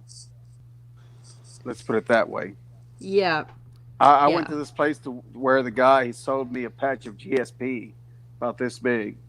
I'm like, oh, that's a nice coral. I like the movement on it, this and that. He's like, yeah, $5. I'm like, okay. But he didn't warn me that thing in a matter of 3 months was going to take over my rock. Yeah. So, right. And everything in it. And hey, lesson learned. I will not get GSP again. I will not get posing xenia. I will none of that stuff.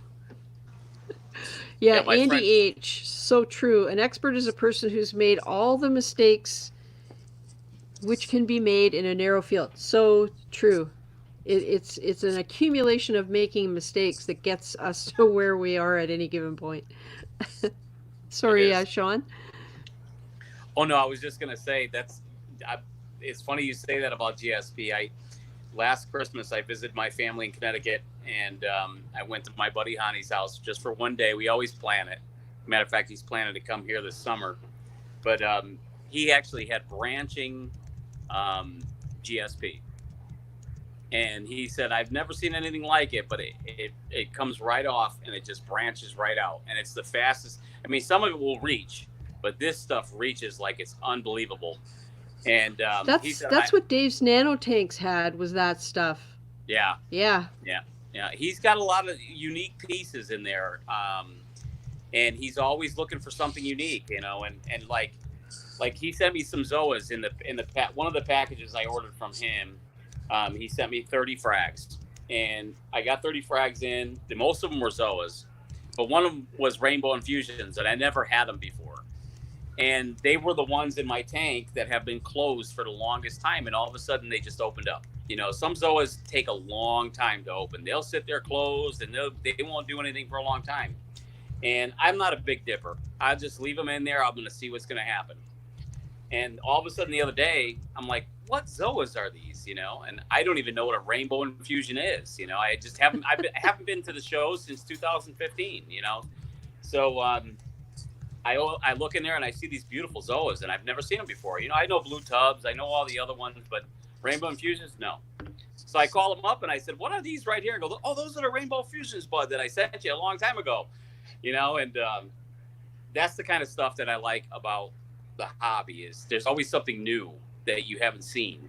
And like you said, you're like a kid in a candy store. You'll have the pieces that you've seen for years, and you look over them and you say, wow, I could do without having that. And then the minute you don't have it, you want it again. That's the way the hobby is. Yeah, and I think it comes down to how much space you have for everything, which is an obvious thing to say, but part of it is that when you're new, you really don't understand how much space everything needs. Yeah. And when you have a frag here and another frag 6 inches away, you feel like there should be something in the middle. I know. Even though if you waited a year, those two would fill in and probably be just fine. But when you're new, you don't know that. Yeah, and the other thing is, everyone has a different tank, so things grow at different rates for different people. Like we all talk about that coral that we can't keep, and yet the next person has to start giving them away because they grow so well. So there's that whole aspect of it that you have to learn as you go along in the hobby, what works for you and what doesn't. You only learn by trying it, right? Absolutely. It's crazy. It's funny, in Hani's house, he probably has, I would say, about 2,500 gallons worth of fish tanks. So he's got a big table, 250 gallons. He's got two 150s. He got, and it's all full of coral, and not in one tank does he have a heater. And everything's running at about 76 degrees. It's all, really? And for me, that's just too cold, everything, but he never runs a heater. And you wouldn't believe the acropora that grows. I mean, it's just, and he's got them on the bottom glass. Nothing's mounted. It's all on frag plugs. And they just grow like unbelievable. And cyano everywhere, because that's basically his filter. He never does water changes. And every time I go to his house, I'm amazed. And I'm like, you got to clean these tanks. He's like, but then I'll ruin my filter, and, but I just love to go to his house because it's always something to see, something new. He has this one plate that I bought. The very first coral I bought, it was a cup coral. It's green with a purple rim. And it looks like a Montipora, but I can't think the name of it right now. It blows up really fat, and if it doesn't like what you're doing, it'll slime like crazy. But they come in either green or yellow. And I call them a cup coral, but they played out like this. And when I bought it, it was about 12 inches wide, and I had it in my tank for about a year and a half, green with like purple polyps, and it has purple all around the outer rim. And then I sold it to him when I broke down my first tank, and he still has it. So he's had it in his tank for 10 years now. And the thing it's in a 120, and it takes up half the tank. I mean, wow. It's so big now. Oh my God. It's hitting the back glass, hitting the top front glass, and it's hitting the side glass. And he just breaks pieces off just by putting his hands in the tank. And he's like, you want a frag of it? So I have frags of it in here, but I have nowhere to put it because it grows so fast. It's almost like a chalice that grows so fast. Like a Hollywood stunner, that stuff grows like crazy. That's another one. Hollywood stunner should come with a health warning. If you're a new reef keeper that Unless you have a large enough tank with enough space for it, you should not buy this coral. Oh yes, you'll enjoy how quickly a 1-inch frag turns into a 6-inch frag, but you're not going to like the results of that if you put it too close to anything else. It's like a Galaxia coral. That thing will sting Yes. anything. And you know, when I first started in the hobby, Galaxia was the big deal because Yes. they were very new at the time, and that was the warning I got from the fish store that I went to at that time. They said, "Yep, they're beautiful, but They are. you have to. They need a square foot all around them They because do. of this the tentacles on them." Yeah, crazy. Honey had a 250 in his kitchen when I first met him, and he had 2 acropora in it, tons of plating red Montipora, but he had this one Galaxia coral in the right-hand corner all the way to the right, and that thing was beautiful more than a torch. I mean, it was just gorgeous. It would send out these thin tentacles, and it was much prettier than a torch, but he said, don't put anything near it because it'll be dead. Yeah. Well, I was shocked when I learned that my green Leptocerus was killing the edge of my pagoda coral. And I 2 weeks ago, I think the stream reminder was showing those corals, or maybe it was last week, showing the footage I got after dark of the 2 and 2.5 inch long tentacles coming off a Leptocerus. I didn't even know those things had mouths. I didn't think so either. And Wow. I mean, I've seen pictures of jack-o'-lanterns with little tiny tentacles, so I guess on some level they had to have mouth, but this thing was killing off that whole edge of the pagoda. But now the pagoda's in my other tank, and it's actually starting to come back. That's like a fabia. The fabias do the same crazy. thing. They stick out those tentacles at night, and Yeah. it's amazing how far they go out. Like, I can't see mine now because the lights just went out, but in the morning time before the lights come on, the fabias, but I got one of those dragon soul fabias, and the tentacles come shooting right out of that sucker. Yeah. Sometimes I wonder if they don't get those tentacles if there's nothing close enough that's a threat. But as soon as they sense something close enough that's a threat, that's when those tentacles go out. I wouldn't doubt it. I wouldn't doubt it. Because I have that huge war coral at the side of my tank, and the most it ever does is it fluffs up, and there'll be little ridges of tentacles all over, but I've never ever seen any sweepers on it. But maybe that's because there really are no other corals close by. Hi guys from Brazil, Reef Marinho. Nice to see you. Wonder if there's anybody else I've missed. If I've missed saying hi to you, drop in and say hi in the chat. Yeah, Moe's Reefs. Hollywood Stunner used to be a high-end coral around here. Now I won't touch it. It's so true. It was one of the first chalices that was widely available from what I remember. Yeah. Yeah. And that's like Monty caps. I love Monty caps, but they just take up so much space. And that's the biggest challenge with them. I would much rather have 2 or 3 acropora in that space of the big red cap that should be there, you know. And I do miss it. I'm asking myself. Miss having them. I'm asking myself whether I should put any Montipora in my 180. Hey, I don't know. That's why I'm getting 6 feet by 4 feet. 6 by 4. There's going to be enough room for. I want room for stuff to get big. I have that Starburst, and that thing's the size of a dinner plate, even after fragging. And I really would love to be able to put that somewhere that it could develop its natural shape, and have fish living in it, let's say, or maybe get myself some sort of a crab that lives in those kinds of corals. But that's kind of my whole vision of the next tank is stuff is going to go in there and achieve its full size. Maybe not its full size because I don't have room for an acropora colony that's 5 feet across or anything, but you know what I mean. Way bigger, and then you can really see what the branching habit is and what the whole colony looks like, and you know it's something I'm really looking forward to. So maybe if you get like a Midas Lenny or something like that. Midas blennies Yeah. like to go in there. I have that's one Yeah. thing I do have in here is I have a little Midas blenny, and Yeah. I love those guys. Yeah, I've got mine They're called fun to watch. Elvis. Yeah, They mine is maintain Elvis. themselves more to the top of the Yeah. tank. That's how I've seen them. Well, Elvis lives in a barnacle that's on the sand, and he Elvis. does come out and swims a lot. I was gonna So get a blue spotted jawfish. That's what I wanted, but when I checked in Live Aquaria, they were sold out, so I couldn't yeah, get have one.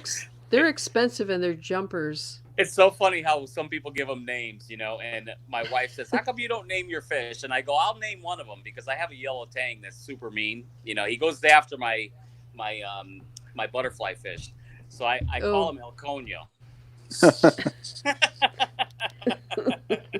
And my wife laughs because it's totally his name. Like, instead of going after other tangs, which usually is what tangs do, he goes after my butterfly fish. And it's like, would you just leave him alone? He's not doing anything to you, But he's the Hawaii yellow tang. Yeah. He's wild caught. And That's what I have. That's what I have. Yeah, he's very aggressive. He didn't grow up in a fish tank. I'll tell you that, because he is aggressive to anybody. And I'm waiting for my sail fin to get a little bit bigger, so he says, "Hey, slow down, buddy." That's the reason mine is not here yet. I still have it in the 29 gallon. Yeah. And like I said, he's been there for too long. But I'm not going to put him in the 180 until I'm done stocking this tank. My last SPS system, I never had tangs, and I only had a bunch of wrasses. And I think I had a couple of green chromis, and I had like 5 different wrasses. I had 3 different fairy wrasses, and I had a Melanaris wrasse, and I had a lower bioload, and my SPS was beautiful. But the problem is, like I said, tangs are garbage fish, and I can't help but like them, so I always end up getting them when I get a bigger tank, and then I regret it. So I don't know if I'm going to end up hanging on to these tangs. I may go back to the smaller fish system that I just had a couple years ago, just because I liked it so much. Yeah. I really like having like just Anthias or wrasses and things like that. The biggest fish I really want is my butterfly. I do like Anthias. The reason is I really like the most, and I haven't seen in years. I tried to order one, and he came in a live aquaria dead, and I was so upset. It gives you that notification if they come in, and I had him on the notification bell for a long time. Was the sunburst Anthias? You ever see the real fat ones? Yeah. Yeah, the fathead sunburst. I killed a pair of those. That was my biggest fish mistake. BRS did the video about making mistakes with fish. Yeah. And mine was I killed a pair of those sunburst They're Anthias. so cute. I love those. The thing for me is that I don't have time to stay home all day and feed them. I know. That's the thing. You I gotta love have an Anthias. automatic feeder for those guys and get them onto flake or something, because otherwise they're not going to survive. I definitely feel like if you can feed them something meaty twice a day, and then you give them some flake throughout the day with some pellets or something, and you get them to eat that, you'll be okay. Because I've had Anthias before. I've never had the fatheads. I've had the lighter tails. I had a whole school of them at one point, and they did just fine, and I wasn't home all day. And they add so much color to the tank. They're beautiful. They're for beautiful. sure, and movement. Yeah. Yeah. Well, I want one of the large tangs, probably a lipstick tang. I seriously considered a soul haul until I heard or read about how aggressive they are. Super aggressive. I would love a Flamingi, but I'll never have a big enough tank for a Flamingi. You'll need probably a 2,000 gallon tank for that. Yeah, I wouldn't do that. But I think a lipstick tang, even a unicorn tang, is too big. That's a 2-footer. I think that even gets bigger than the Flamingi, the unicorn. Yeah. Yeah. So I'll just have to watch those at public aquariums. But I think I can handle a lipstick tang.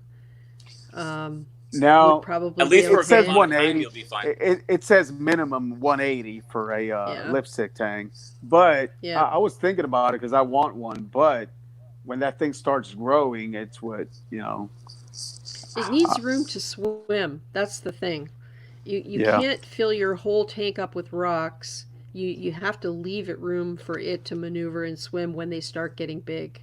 Yeah. And when you think about it, if you've got coral on your rocks, it has to be laid out in such a way that the fish still has room to, because even now with the way my tank is, my fish are now turning sideways to go through gaps that they used to be able to go through upright because the coral has grown in so much. Yeah. So when that starts happening with the fish I have, which aren't big fish, I mean the Genacanthus angels, the male is about 8 inches long now, including the streamers on his tail, but his body is about 6 inches. The female's a little smaller. The foxface is big. The Tomini tang is not yet full grown. She's only about a year old. She's a jerk, by the way. She harasses the clownfish all the time in their back corner. They're just trying to lay their eggs and, protect their power head. And she goes right in there and she's pecking at the glass right near them. And is that what they're hosting? Yeah, power head. Yeah. I took a power head out to clean it. So before I put it back, I always scrape the glass if there's coralline on it at the back of the tank, just so that the magnet will hold properly, right? So I took the power head out, took it in the kitchen sink, put it in the citric acid, got it running. Then I went back and I scraped the glass. I scraped a patch about the width of the scraper and maybe 3 inches from the top to bottom. So one thing led to another. I didn't get that power head back cleaned and back to the tank until late the next day. So it was over 24 hours. By the time I reinstalled it exactly where it had been before, the clownfish had decided they wanted to lay their eggs there. They did not like the idea of me putting anything there. There were no eggs there yet. So I put the power head back. I came back in the room a little later. The basket is laying on the sand and the propeller's half hanging out, or the impeller. So I went, I must not have clipped it on properly. So I took it all out again. I clicked it together. I thought, okay, now it's good. I put it back. Next morning, I come in there and the thing's all apart. The basket is behind the main rocks. Like it's the female clownfish just must have gone nuts on it. Dragged the basket back behind the other rocks. The impeller was laying on the sand, and they just ripped it apart because they didn't like it. And then 2 days later, there's eggs there. So I ended up moving it up higher, which is fine. But it it was actually really funny.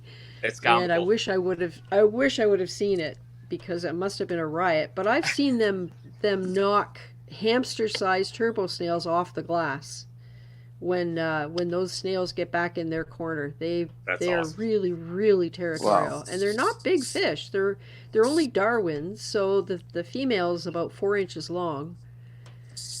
Yeah, my friend Hani, back in, I think it was about 2014, he had a pair of tomato clowns in his frag tank. And when I used to go over there just to hang out or whatever in the mornings, I'd always visit him on Saturday. He works for Home Depot. And, I'd pick up a couple frags, or I'd trade with him or something. And I'd go to his house and we'd have coffee or breakfast. I'd bring him a Dunkin' Donuts or something. And we'd go down and every time he'd stick his hands in, the tomato clown would bite his fingers. I mean, he was like protective of the reef. And he would always, bastard, trying to get a frag out of there, And so eventually he's like, I got to get this guy out of here. So he says, you want to take him? So I took him, and I ended up putting him, I had a 10-gallon moon tank, and he just wanted him out of there, and he had him for years. So I put him in my moon tank, and I had a mandrid in there, and then my brother took him, and I gave to my brother. He was getting into the hobby. He was only 18 years old. He was going to college. I have a half brother that's half my age, and he ended up keeping him through college. My mom took care of him, and he still has that tomato clown. And this tomato clown's been through everything. Moves, this, that. My mother taking care of the tank, the salinity going up and down. And this tomato clown is he's like Superman. I mean, and he's still living today. So those clownfish are no joke. I mean, they can live through anything. They're strong. They're tough. They're protective. And my buddy Hani, it was always hysterical to see him complain about a fish that's 3 inches long biting him on the fingers, Well, it isn't the bite. It's your immediate reaction is to go, and fling your like yank your hand away.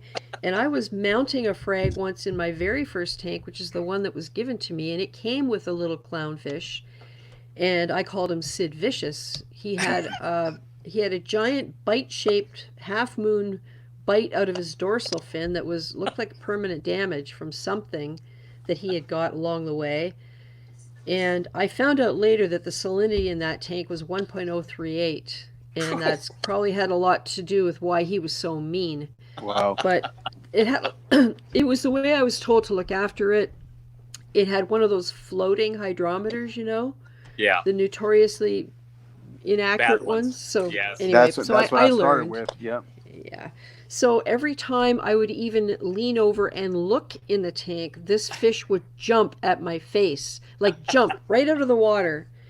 And so this is how I got into coral, because I thought, well, maybe if I get him something to host in, he'll be happier, right? He won't constantly be trying to kill me. So I was putting a frag in. I think it might have been a frog spawn, because I didn't want to get an anemone because of how they are, right? So that was a very good decision early on.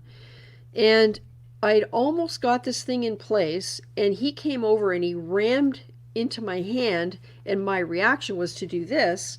Well, I still had the coral in my hand. It flew through the air, it whacked against the window, and it stuck, and it just slowly slid down the window. And oh my God, it was just hilarious. So I ended up trading Sid Vicious into the fish store because I just couldn't tame him. And he was tiny, and I just think he was stunted, and he was probably always burning. I mean, if the salinity was that high, he had to have been in pain all the time, Exactly, yeah. And they can live through it. It's amazing they're actually really tough fish for them to even survive in it. A lot of fish can't survive in that. Damsels, right? Damsels, so, yeah. But I love the right? clownfish. It's funny that you mentioned hydrometers. For years, it's funny that you even mentioned the hydrometers, because for years that's what we tested our tanks with. Nobody used, I can't even think of the name that we use, but the refractometer? Refractometers. I mean, I got into those for years. I've been using those for years, and now I use the Hannah. But for years, all I used was a hydrometer, and over the years, I graduated, to the refractometer, and then I graduated to the Hannah. And then I was talking to my buddy Hani the other day, and I was talking about it, and he said to me, I still use the hydrometer. I said, no way. He goes, yeah. He says, I check it with my refractometer, and it's just so much easier. I always use the hydrometer. He goes from one tank to the next because he has so many tanks that he just uses that hydrometer every single time. And, the Instant Ocean one. And he just, yeah. And believe it or not, I said, you know what? That sounds like so much easier. So I did the same exact thing. I purchased one online, came in the mail, and I used my Hannah, I used my refractometer, and I checked the Instant Ocean one, and it's spot on. So I said, you know what? I'm going to use the Instant Ocean from now on. So well, the thing about those things is that the problems that you have are easily solved. Like if you get bubbles in them, or all of the ways in which those things can be inaccurate are things you can overcome if you know to look for them, right? Like cleaning them in vinegar and getting the salt off them and rinsing them off and all those basic things. Look after it just like any other equipment you would have. I mean, I keep my refractometer in its box. Every time I use it, I rinse it off with fresh under tap water. I mean, it doesn't matter. I dry it off. I still have the little silicate thing. I replace it when I get one out of a bottle of pills or something. I stick it in there, the desiccant. And I have a pipette in there that I've replaced 5 or 6 times because the seam eventually splits and you can't use them. Yeah. But if you take care of your equipment, that would apply to a hydrometer. So if you rinse it, if you take good care of it, would make total sense. That's what I started with. And it doesn't have to be calibrated. That's right. That's what's awesome. That's the big advantage. I started with the hydrometer. I used that for a couple of years, and then now I have a refractometer, and I have the other one, the Milwaukee one. Yeah, the big green one. That's digital one. I have one of those. Yeah. And they And work you know, pretty good. salinity is like the most important thing. If you match Oh yeah. it, one of the things I do, and I've done it for years, is every time I notice my salt is creeping up in the tank, because that's usually what happens because I use kalkwasser. Um, I'll end up, when I do my water changes, I'll do like one, instead of using 1.025, I'll use 1.024, 2.4, so that I yeah. can lower my salinity through water changes. And I know a lot of reefers do that. But over the years, it's just been so much easier. I used to do the same thing. I always used to use refractometer and then use my hydrometer. And I did that in Connecticut for years. And since I moved here in North Carolina, I've been in and out of, apartments and stuff and trying to get situated. Um, I just got away from it. I always used just the refractometer. And when my buddy Hani was mentioning, I was like, it's so much easier. It's just so much faster. You mix your salt water, you check your tank, you check your salt water, and even if you're just doing a 5-gallon bucket to get your detritus out, it's just that much faster. It makes a water change take 10 minutes. You know who else? You know who else uses a refractometer? Now that I think about it, I believe, or I mean, a hydrometer, like the swing arm type. I think Inappropriate Reefer uses one of those. I saw one of his videos. He had a video today that he was trying to open the Marco Rock or something, and I'm thinking to myself, just get a pair of scissors and cut those tabs so you could take the cover off. And he's trying to pry the cover off for about 15 minutes. It was so comical. Oh, I haven't watched that yet. Oh, you gotta see it. Hey, the last one I saw is him putting the rock together. Is the last one I saw about him.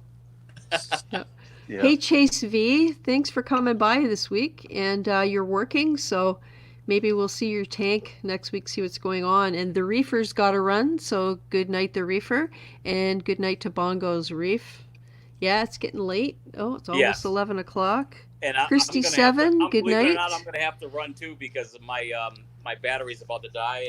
And, and I don't want to just cut you guys off. So I'm going to let you guys go. Well, thanks, Sean. Well, you have a good night. Yeah, nice to talk to you again. Maybe I'll join next week if you want some more guests. It was a lot of fun. I really enjoyed talking to you guys, and I sure as heck can talk. So, sweet. Well, y'all hey, have a good night. We all have that in common. Man. Thanks again, Sean. No problem. Thank you for the invite. Take care of yourself. Stay safe. Good night. Yeah, you too. Bye. Yeah, we still got 38 people here. This is awesome. I guess I could, I'm just making sure there's nobody else in here that I have to say goodnight to. I guess I can show you guys the grandma thing. Here's this week's picture of the little guy. Look. Oh my God. Yep, that's a little sweater that I made for him to go on his walks. And don't worry, his dad is just out of the frame waiting to catch him. Because he does not stand up by himself. But anyhow, yes, we have to have the pictures because we don't get the in-person right now. Oh, yeah. It's progressing on this one, so. So what's next for that tank? What have you got coming? Like, what are, okay. Have you got fishing QT right now? I have a cleaner wrast that I bought today. Right. So that you're going to go that route to have it in QT and then QT. Wait a couple of weeks. Yeah. Yeah. Yeah. It's good to get in that habit. I'm lucky to have a guy I can buy from who does the QT. But I think I'm going to start a coral QT when I have the new tank. I'm probably going to take Mollywood and turn it into a coral QT. I think that's the way to go. I mean, just to be safe. I always was pop and drop, and that's it. But I got to be more careful. I don't want fish dying or anything like that. Especially this tank, where I'm planning on stocking it a little bit more. I don't know how much fish I'm going to put in it, but all I know is I'm not done yet. Yeah. Yeah, I kind of have a partial list of sort of bucket list fish. I want a group of pyramid butterflies, probably 3. I love pink-tail triggerfish. I don't believe I'll be able to have any more than one, but I'm pretty sure I can have one with reasonable success as long as I get it really young. Um, and lipstick tang or blonde naso. I think that's the same Yeah. fish. The blonde Um, naso has the yellow, like the yellow top stripe dorsal top. fin. Yeah. Yeah, yeah. And the lipstick tang, I think it's the black. Oh, is it? That's the Yeah. difference? Okay, so it is a Yeah. different species. I mean, you can tell I haven't done a whole lot of I think detailed it's the same. research. I think it's the same fish, but it's there's two types. There's one which is Mm, the lipstick, but it's the same. They have like the same body structure and everything, yeah. and they look the And same. this, yeah, and the sailfin tang, the one that's really, really colorful, I think it's the Desjardins. And I can't remember whether it comes from the Red Sea or Indonesia. One comes from the Red Sea, the other comes from Indonesia. And the one has a lot of yellow and orange on it. And it's the Desjardins. I've always loved those. Um, I used to have one. I don't know which one it was, but it was one of them. I yeah. used to have a sailfin. That was in my 45 gallon when I first started. I used to have a yellow Ico tang. That one got Yep. sucked in because I had a DIY. It was like an overflow that I had, but I did it with PVC pipes, and the PVC sucked them, kind of, Oh, yeah. yeah, and trapped them in there. So Hmm. I don't know. Yeah, lots of accidents can happen. So I don't know. I think I want a lot, like a bunch of small fish that will hang out in a group. I don't know what that's going to be yet. Maybe some type of cardinal fish. Um, Not really sure. But I definitely want a wider variety of fish and I want some bigger ones. So we'll see. I'm thinking See what about we can going get. mix. I want to do a lot of small fish and not maybe a couple of tangs, and that's it. Yeah. Maybe three tangs, and that's about it. The rest are going to be small fish. I want to go with a lot of wrasses. Thinking about getting a leopard wrasse. I heard those are a little bit tricky, but Oh, they're beautiful. I Yeah. like them. And and of course there's all the fish I have now, which are going to go there, and hopefully they'll all survive moving to the other tank and then uh, moving to a larger tank. So we'll see. Because right now I have the two angelfish, a hawkfish, the flame hawkfish, the Midas blenny, the Tumini tang, pair of clowns, the green wrasse. I think that's all. Yeah, I think that's all I have. Does that red That's enough. hawkfish? You know the hawkfish, the one that just lays around the rocks and all that. Does he eat Yep. hermit crabs and stuff like that?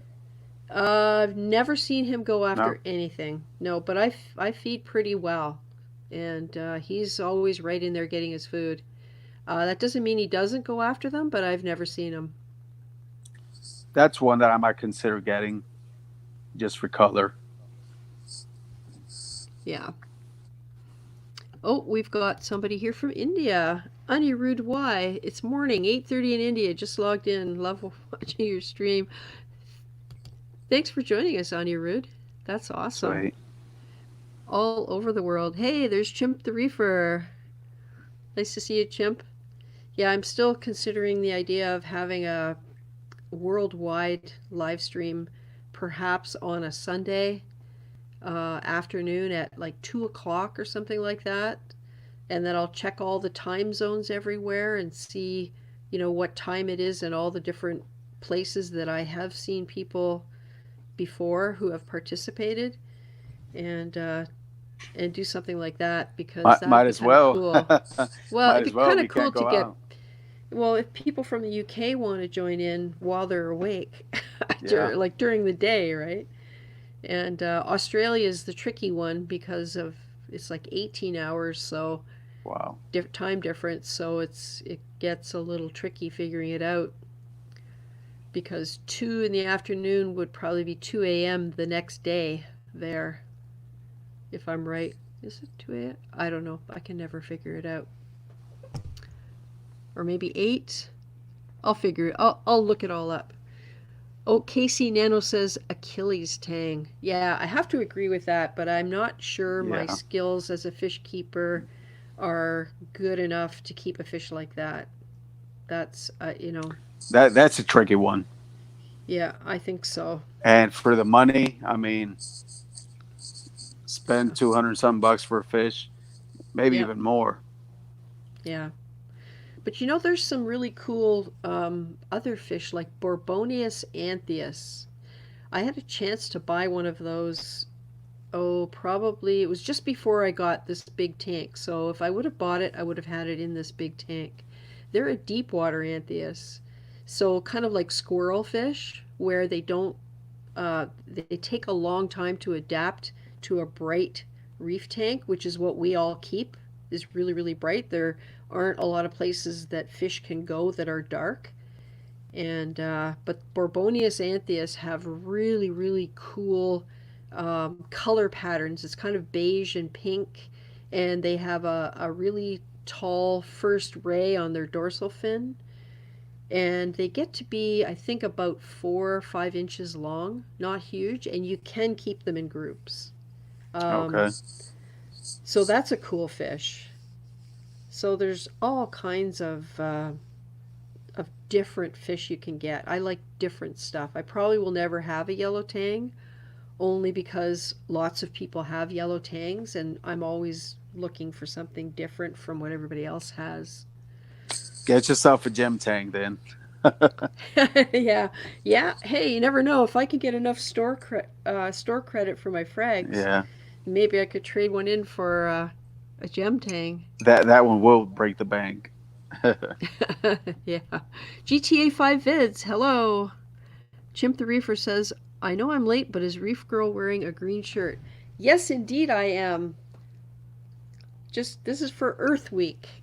I figured I would do something a little different. It's either really creepy or really cool. I can't quite decide. Now, I have another question. I'm always asking questions. I got I'm starting to buy stuff for the calcium reactor. That's something that I want to kind of get ready before I start adding anything as far as corals. Uh, I was able to get the ARM course media, if you know Oh, what I'm yeah? talking about. Yep, yep. I've never used that. Well, I never use anything. That's the first time I'm gonna run a calcium reactor. Does anyone here in the chat have any experience with it? Uh, is it good? Is it bad? How does it perform? Yeah. Yeah, I wouldn't mind knowing that myself because I have parts of a calcium reactor. I bought Pat Murphy's of Murphy's Aquatics. Octo, I can't remember the number it is, but it's a big one. And I still have to get the other parts, the CO2 part of it, and a pump. Yeah, I'm going with the carbon doser. It's a little Yeah, expensive, but yep, I think it's going to be way easier than try to yeah, dial in by bubbles. yeah, Uh, yeah, exactly. Yeah, we'll so see if anybody comes up with an answer for you. yeah, because I was trying to get the reborn, but it's not happening. Yeah, I don't know what's going on there, but I scored 1 bag of the coarse and 2 bag of the small, and now I have to find out whether you can mix the two or whether you have to keep them separate because they dissolve at different rates. I don't know. So we'll see. Well, I What? bought 3 of the extra course and 2 of the course, but because I was going to put the course in the smaller reactor, but it's still a little bit too big. So what I'm thinking about is going with a finer, uh, media to put in the other reactor, and I'm just going to mix the other ones up Yeah. because I don't know how many gallons of that it's going to take for that reactor.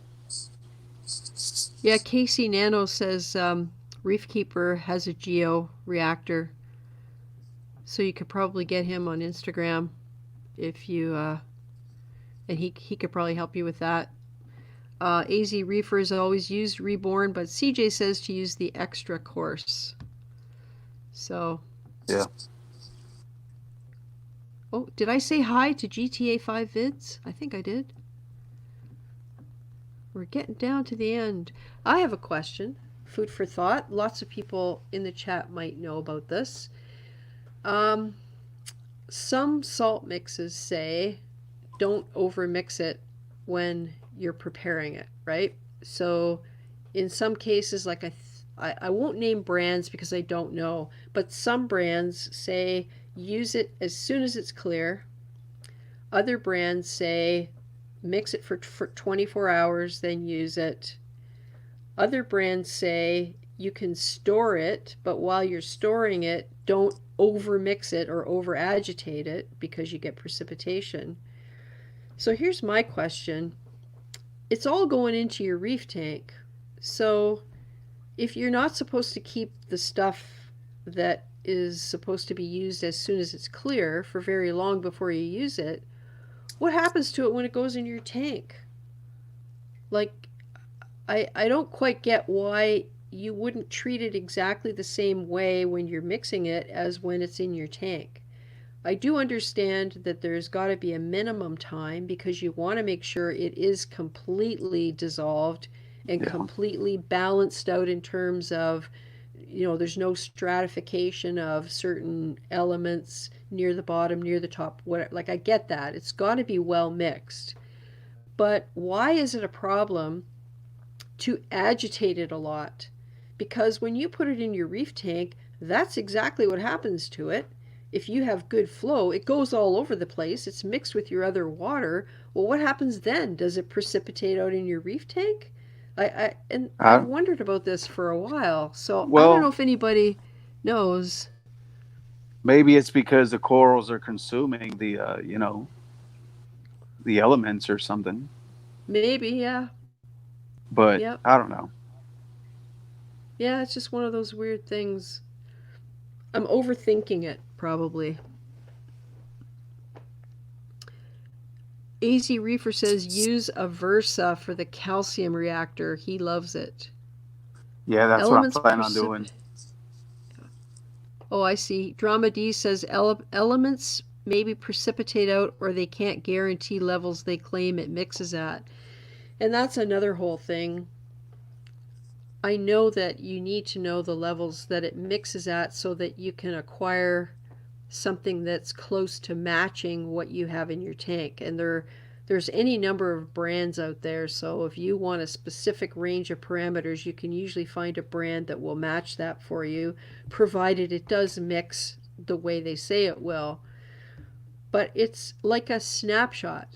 It's like when you mix it up and you test it, at that moment in time, that's what the elements are. That's what your results are. 2 hours later, they could be totally different. Yeah. So when you take that into consideration, I'm not complaining. I'm not saying, they need to fix that. They need to make it more stable, blah, blah, blah. All I'm saying is that's a given with this particular product. So you just have to work with it. It's something that, they do it that way so you can have something to start with. It's up to you to keep up the parameters after that. Yeah, I guess. Yeah, and if you keep salt water for a week and by that time the alk has dropped to 5 or whatever, then you got to buffer it up before you actually use it so that it matches what's in your tank. Like, I get that. That's fine, but I'm not understanding the sort of if you do something to it in the storage, like, why is that worse than if the same thing happens to it in your reef tank? And that's the agitation. And like I said, I'm probably overthinking it though. Oh, GTA 5 Vids said Red Sea Coral Pro would precipitate out after 5 hours of mixing, so he switched to Fritz Blue Box. Oh, hey, Hyun Lee is here. Casey Nano. I think it doesn't matter how long you circulate the mix after you add salt, 1 day or 5 days, the parameters were the same. Interesting. The salt I use, I have to wait 24 hours for it to use it, for me to use it. Well, I use the Fritz Blue Box and the Tropic Marin Pro Reef mixed together with 30% Fritz and 70% Tropic Marin, and I love the stuff. It's you can see the difference in the corals as soon as I do a water change. So it works, but I rarely keep it longer than a few days, sometimes up to a week, but usually I try to mix it up when I'm about to use it. I like to have some on hand for if I need to move coral frags somewhere, but other than that, I try not to keep it too long.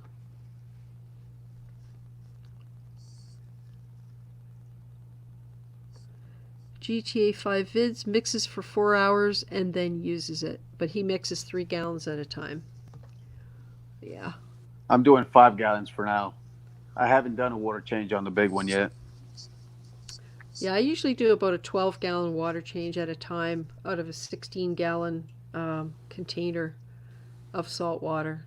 So there'll be 3 or 4 gallons left by the time I'm done, and then I just top that up with. On this one, it should be 18 gallons with a 10%, but I'm running out of battery here. Yeah. Minus rock and sand and all that. I measured. I spent a whole bucket, which was for 150 gallons at 0.25. So, and I wasted the whole bucket. So I'm thinking I have 150 gallons of water volume in this tank. So I think it'd probably be 15 gallons. 15 gallons with the 10%.